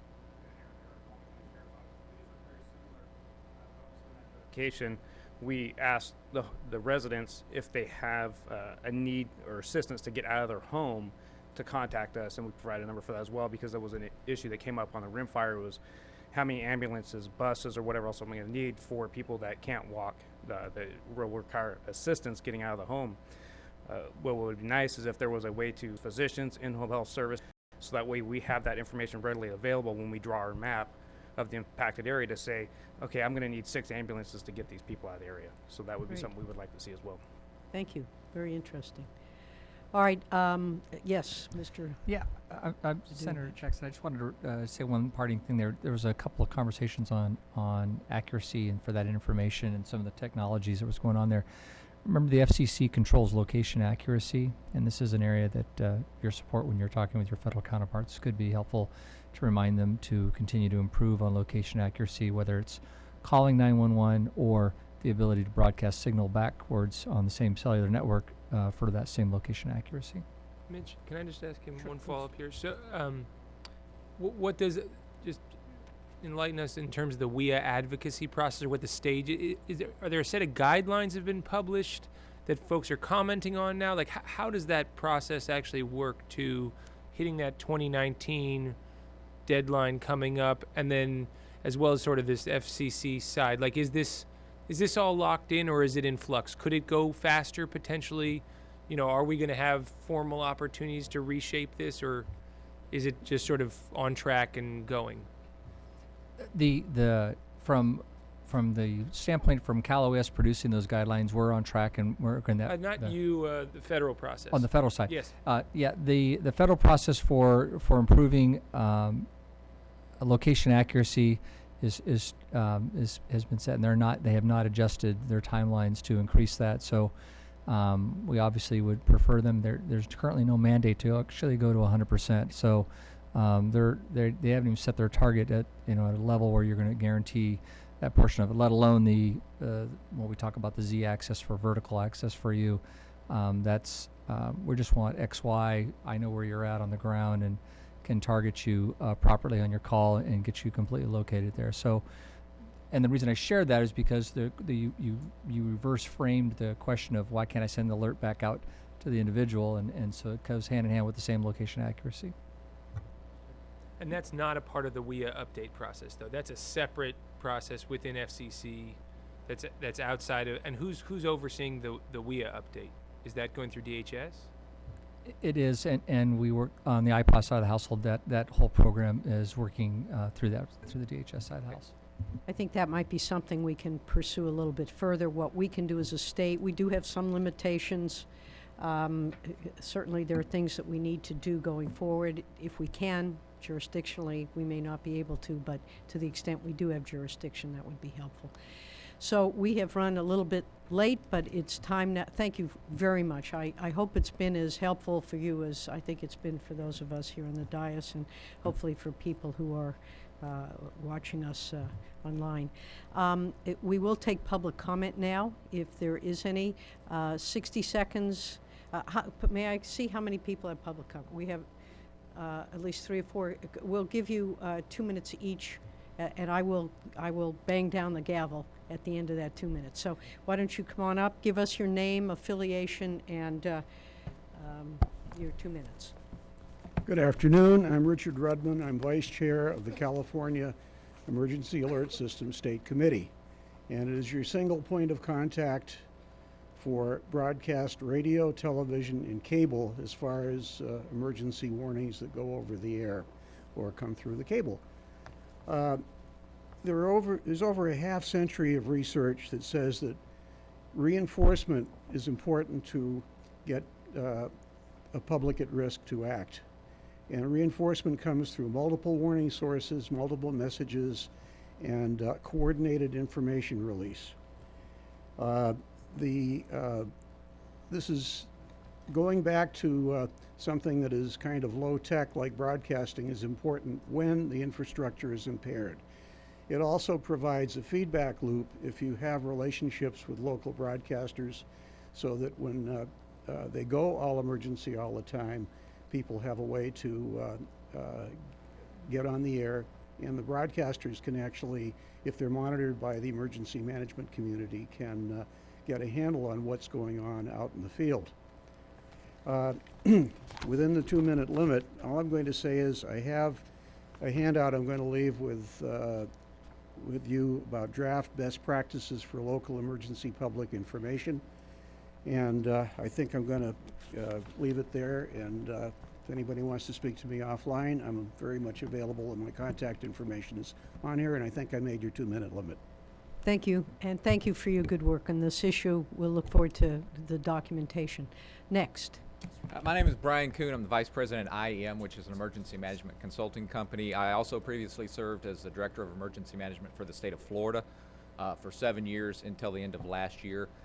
Florida faced and faces many of the similar challenges that California does in terms of large population, rural and urban divide, and the number of hazards, as well as areas that are difficult to evacuate.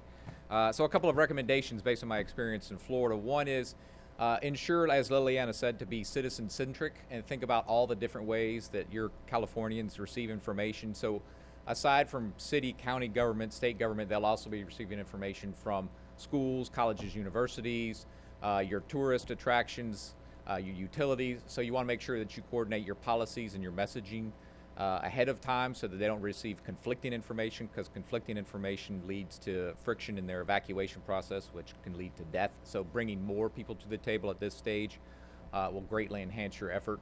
The second thing is, and you're working on it, and you guys are doing terrific work in terms of policy development and legislation, is everything you can do at the state level to help support in terms of policy development, in terms of funding, in terms of marketing, outreach, education, to help citizens understand what the systems can and cannot do and what their role will be when they receive this information.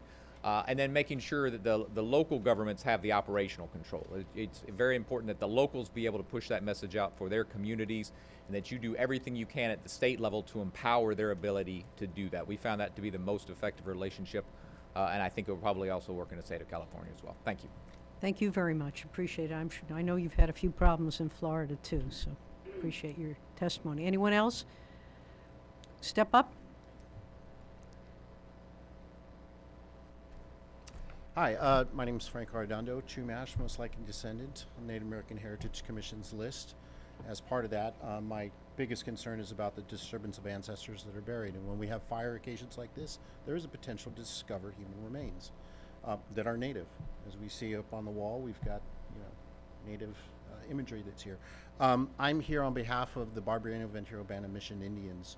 Julie Tumite says hello, stencil. But one of the issues that we've discovered over the past couple of years is that we've been working on emergency response projects. Refugio oil spill, 2015, and Ventura, the Hall Canyon oil spill as well.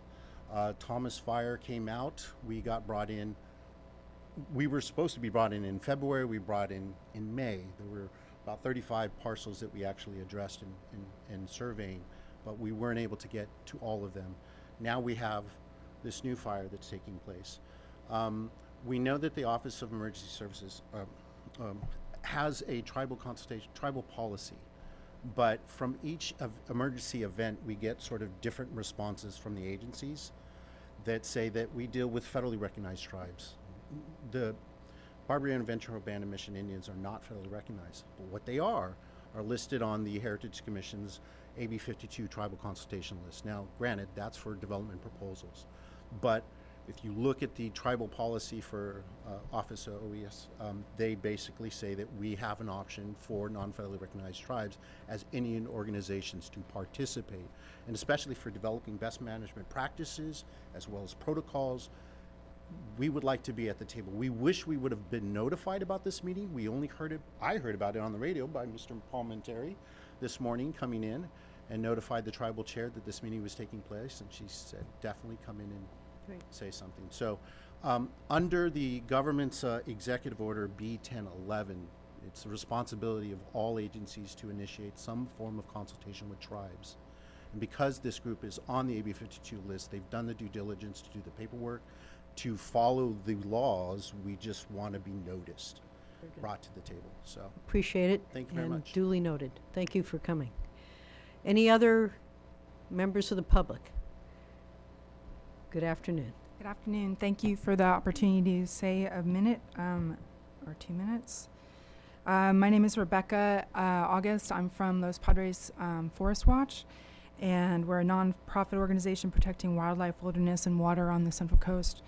And I just wanted to thank you so much for focusing on, I'm also a resident here in Santa Barbara County and have been impacted by local wildfire, for focusing on ways to improve community alert systems, and for your dedication and willingness to learn and to evolve how you understand and take action to protect people and property in this new, as Senator Jackson said, new abnormal.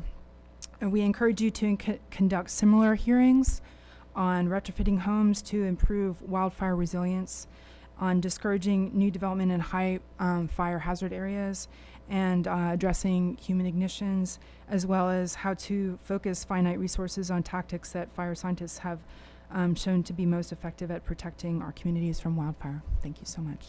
Thank you very much. Are there any other public comments? All right, I'm going to take the liberty of just closing up. We have a number of other activities. The assembly member is going to be out at UCSB. I think I'm going to go join her for a hearing dealing with our great university. They've, of course, been involved and helpful in this, and as has my staff. I want to give a special shout out to Toby Halverson, who has been the consultant for the State Joint Committee on Emergency Management, which I've been honored to chair for the last 2 years, for the chair over the next 2. But Toby's been an extraordinary resource and help to me. I want to thank my staff, and I know Assemblymember Limon wants to thank her staff for their work in putting this together. I think this has been extraordinarily successful. I want to thank Senator Stern in particular for coming. He himself is dealing with the outcome of the Woolsey fire, both personally and as the representative of his community. We know what this is like, Assemblymember Limon and I. We're still battling a lot of the follow-up to the Thomas fire, which occurred a year ago, and then the debris flow. This is a process and a problem that really is almost feels never-ending, but its impact cannot be overstated. Whether it's our schools, whether it's the challenges for housing, both on a temporary and permanent basis, insurance, rebuilding, recovering, burying our dead. These are the problems associated with this situation as a result of changing climate and the need to address it while we try desperately hard to stop it from occurring. But this has been a very helpful hearing. I want to thank our first responders. I want to thank all of you who are working in the emergency management field and all of the public who's been here, and our media. It's critically important. The public has got to understand that there are limits to what we can do. Mother Nature does not share her playbook with us. Mother Nature is not happy with us. We are seeing events occurring throughout the country and the world, from Florida to Texas to California, that we never anticipated, but we are doing our best, and I think it's important that that message get out there, that we are working together, that we're going to do our best, that we are going to practices and deal with the situation as best as is humanly possible. So with that, I want to thank all of you for being here. Thank you for your good work. There will be more to come. There will be more other as communities, as a state, as a country, changing climate and the dramatic circumstances that are being generated from that. So thank you all, and we are now adjourned. We do have, I suspect, some donuts still out there if you would like to grab a little bite before lunch. Thank you all.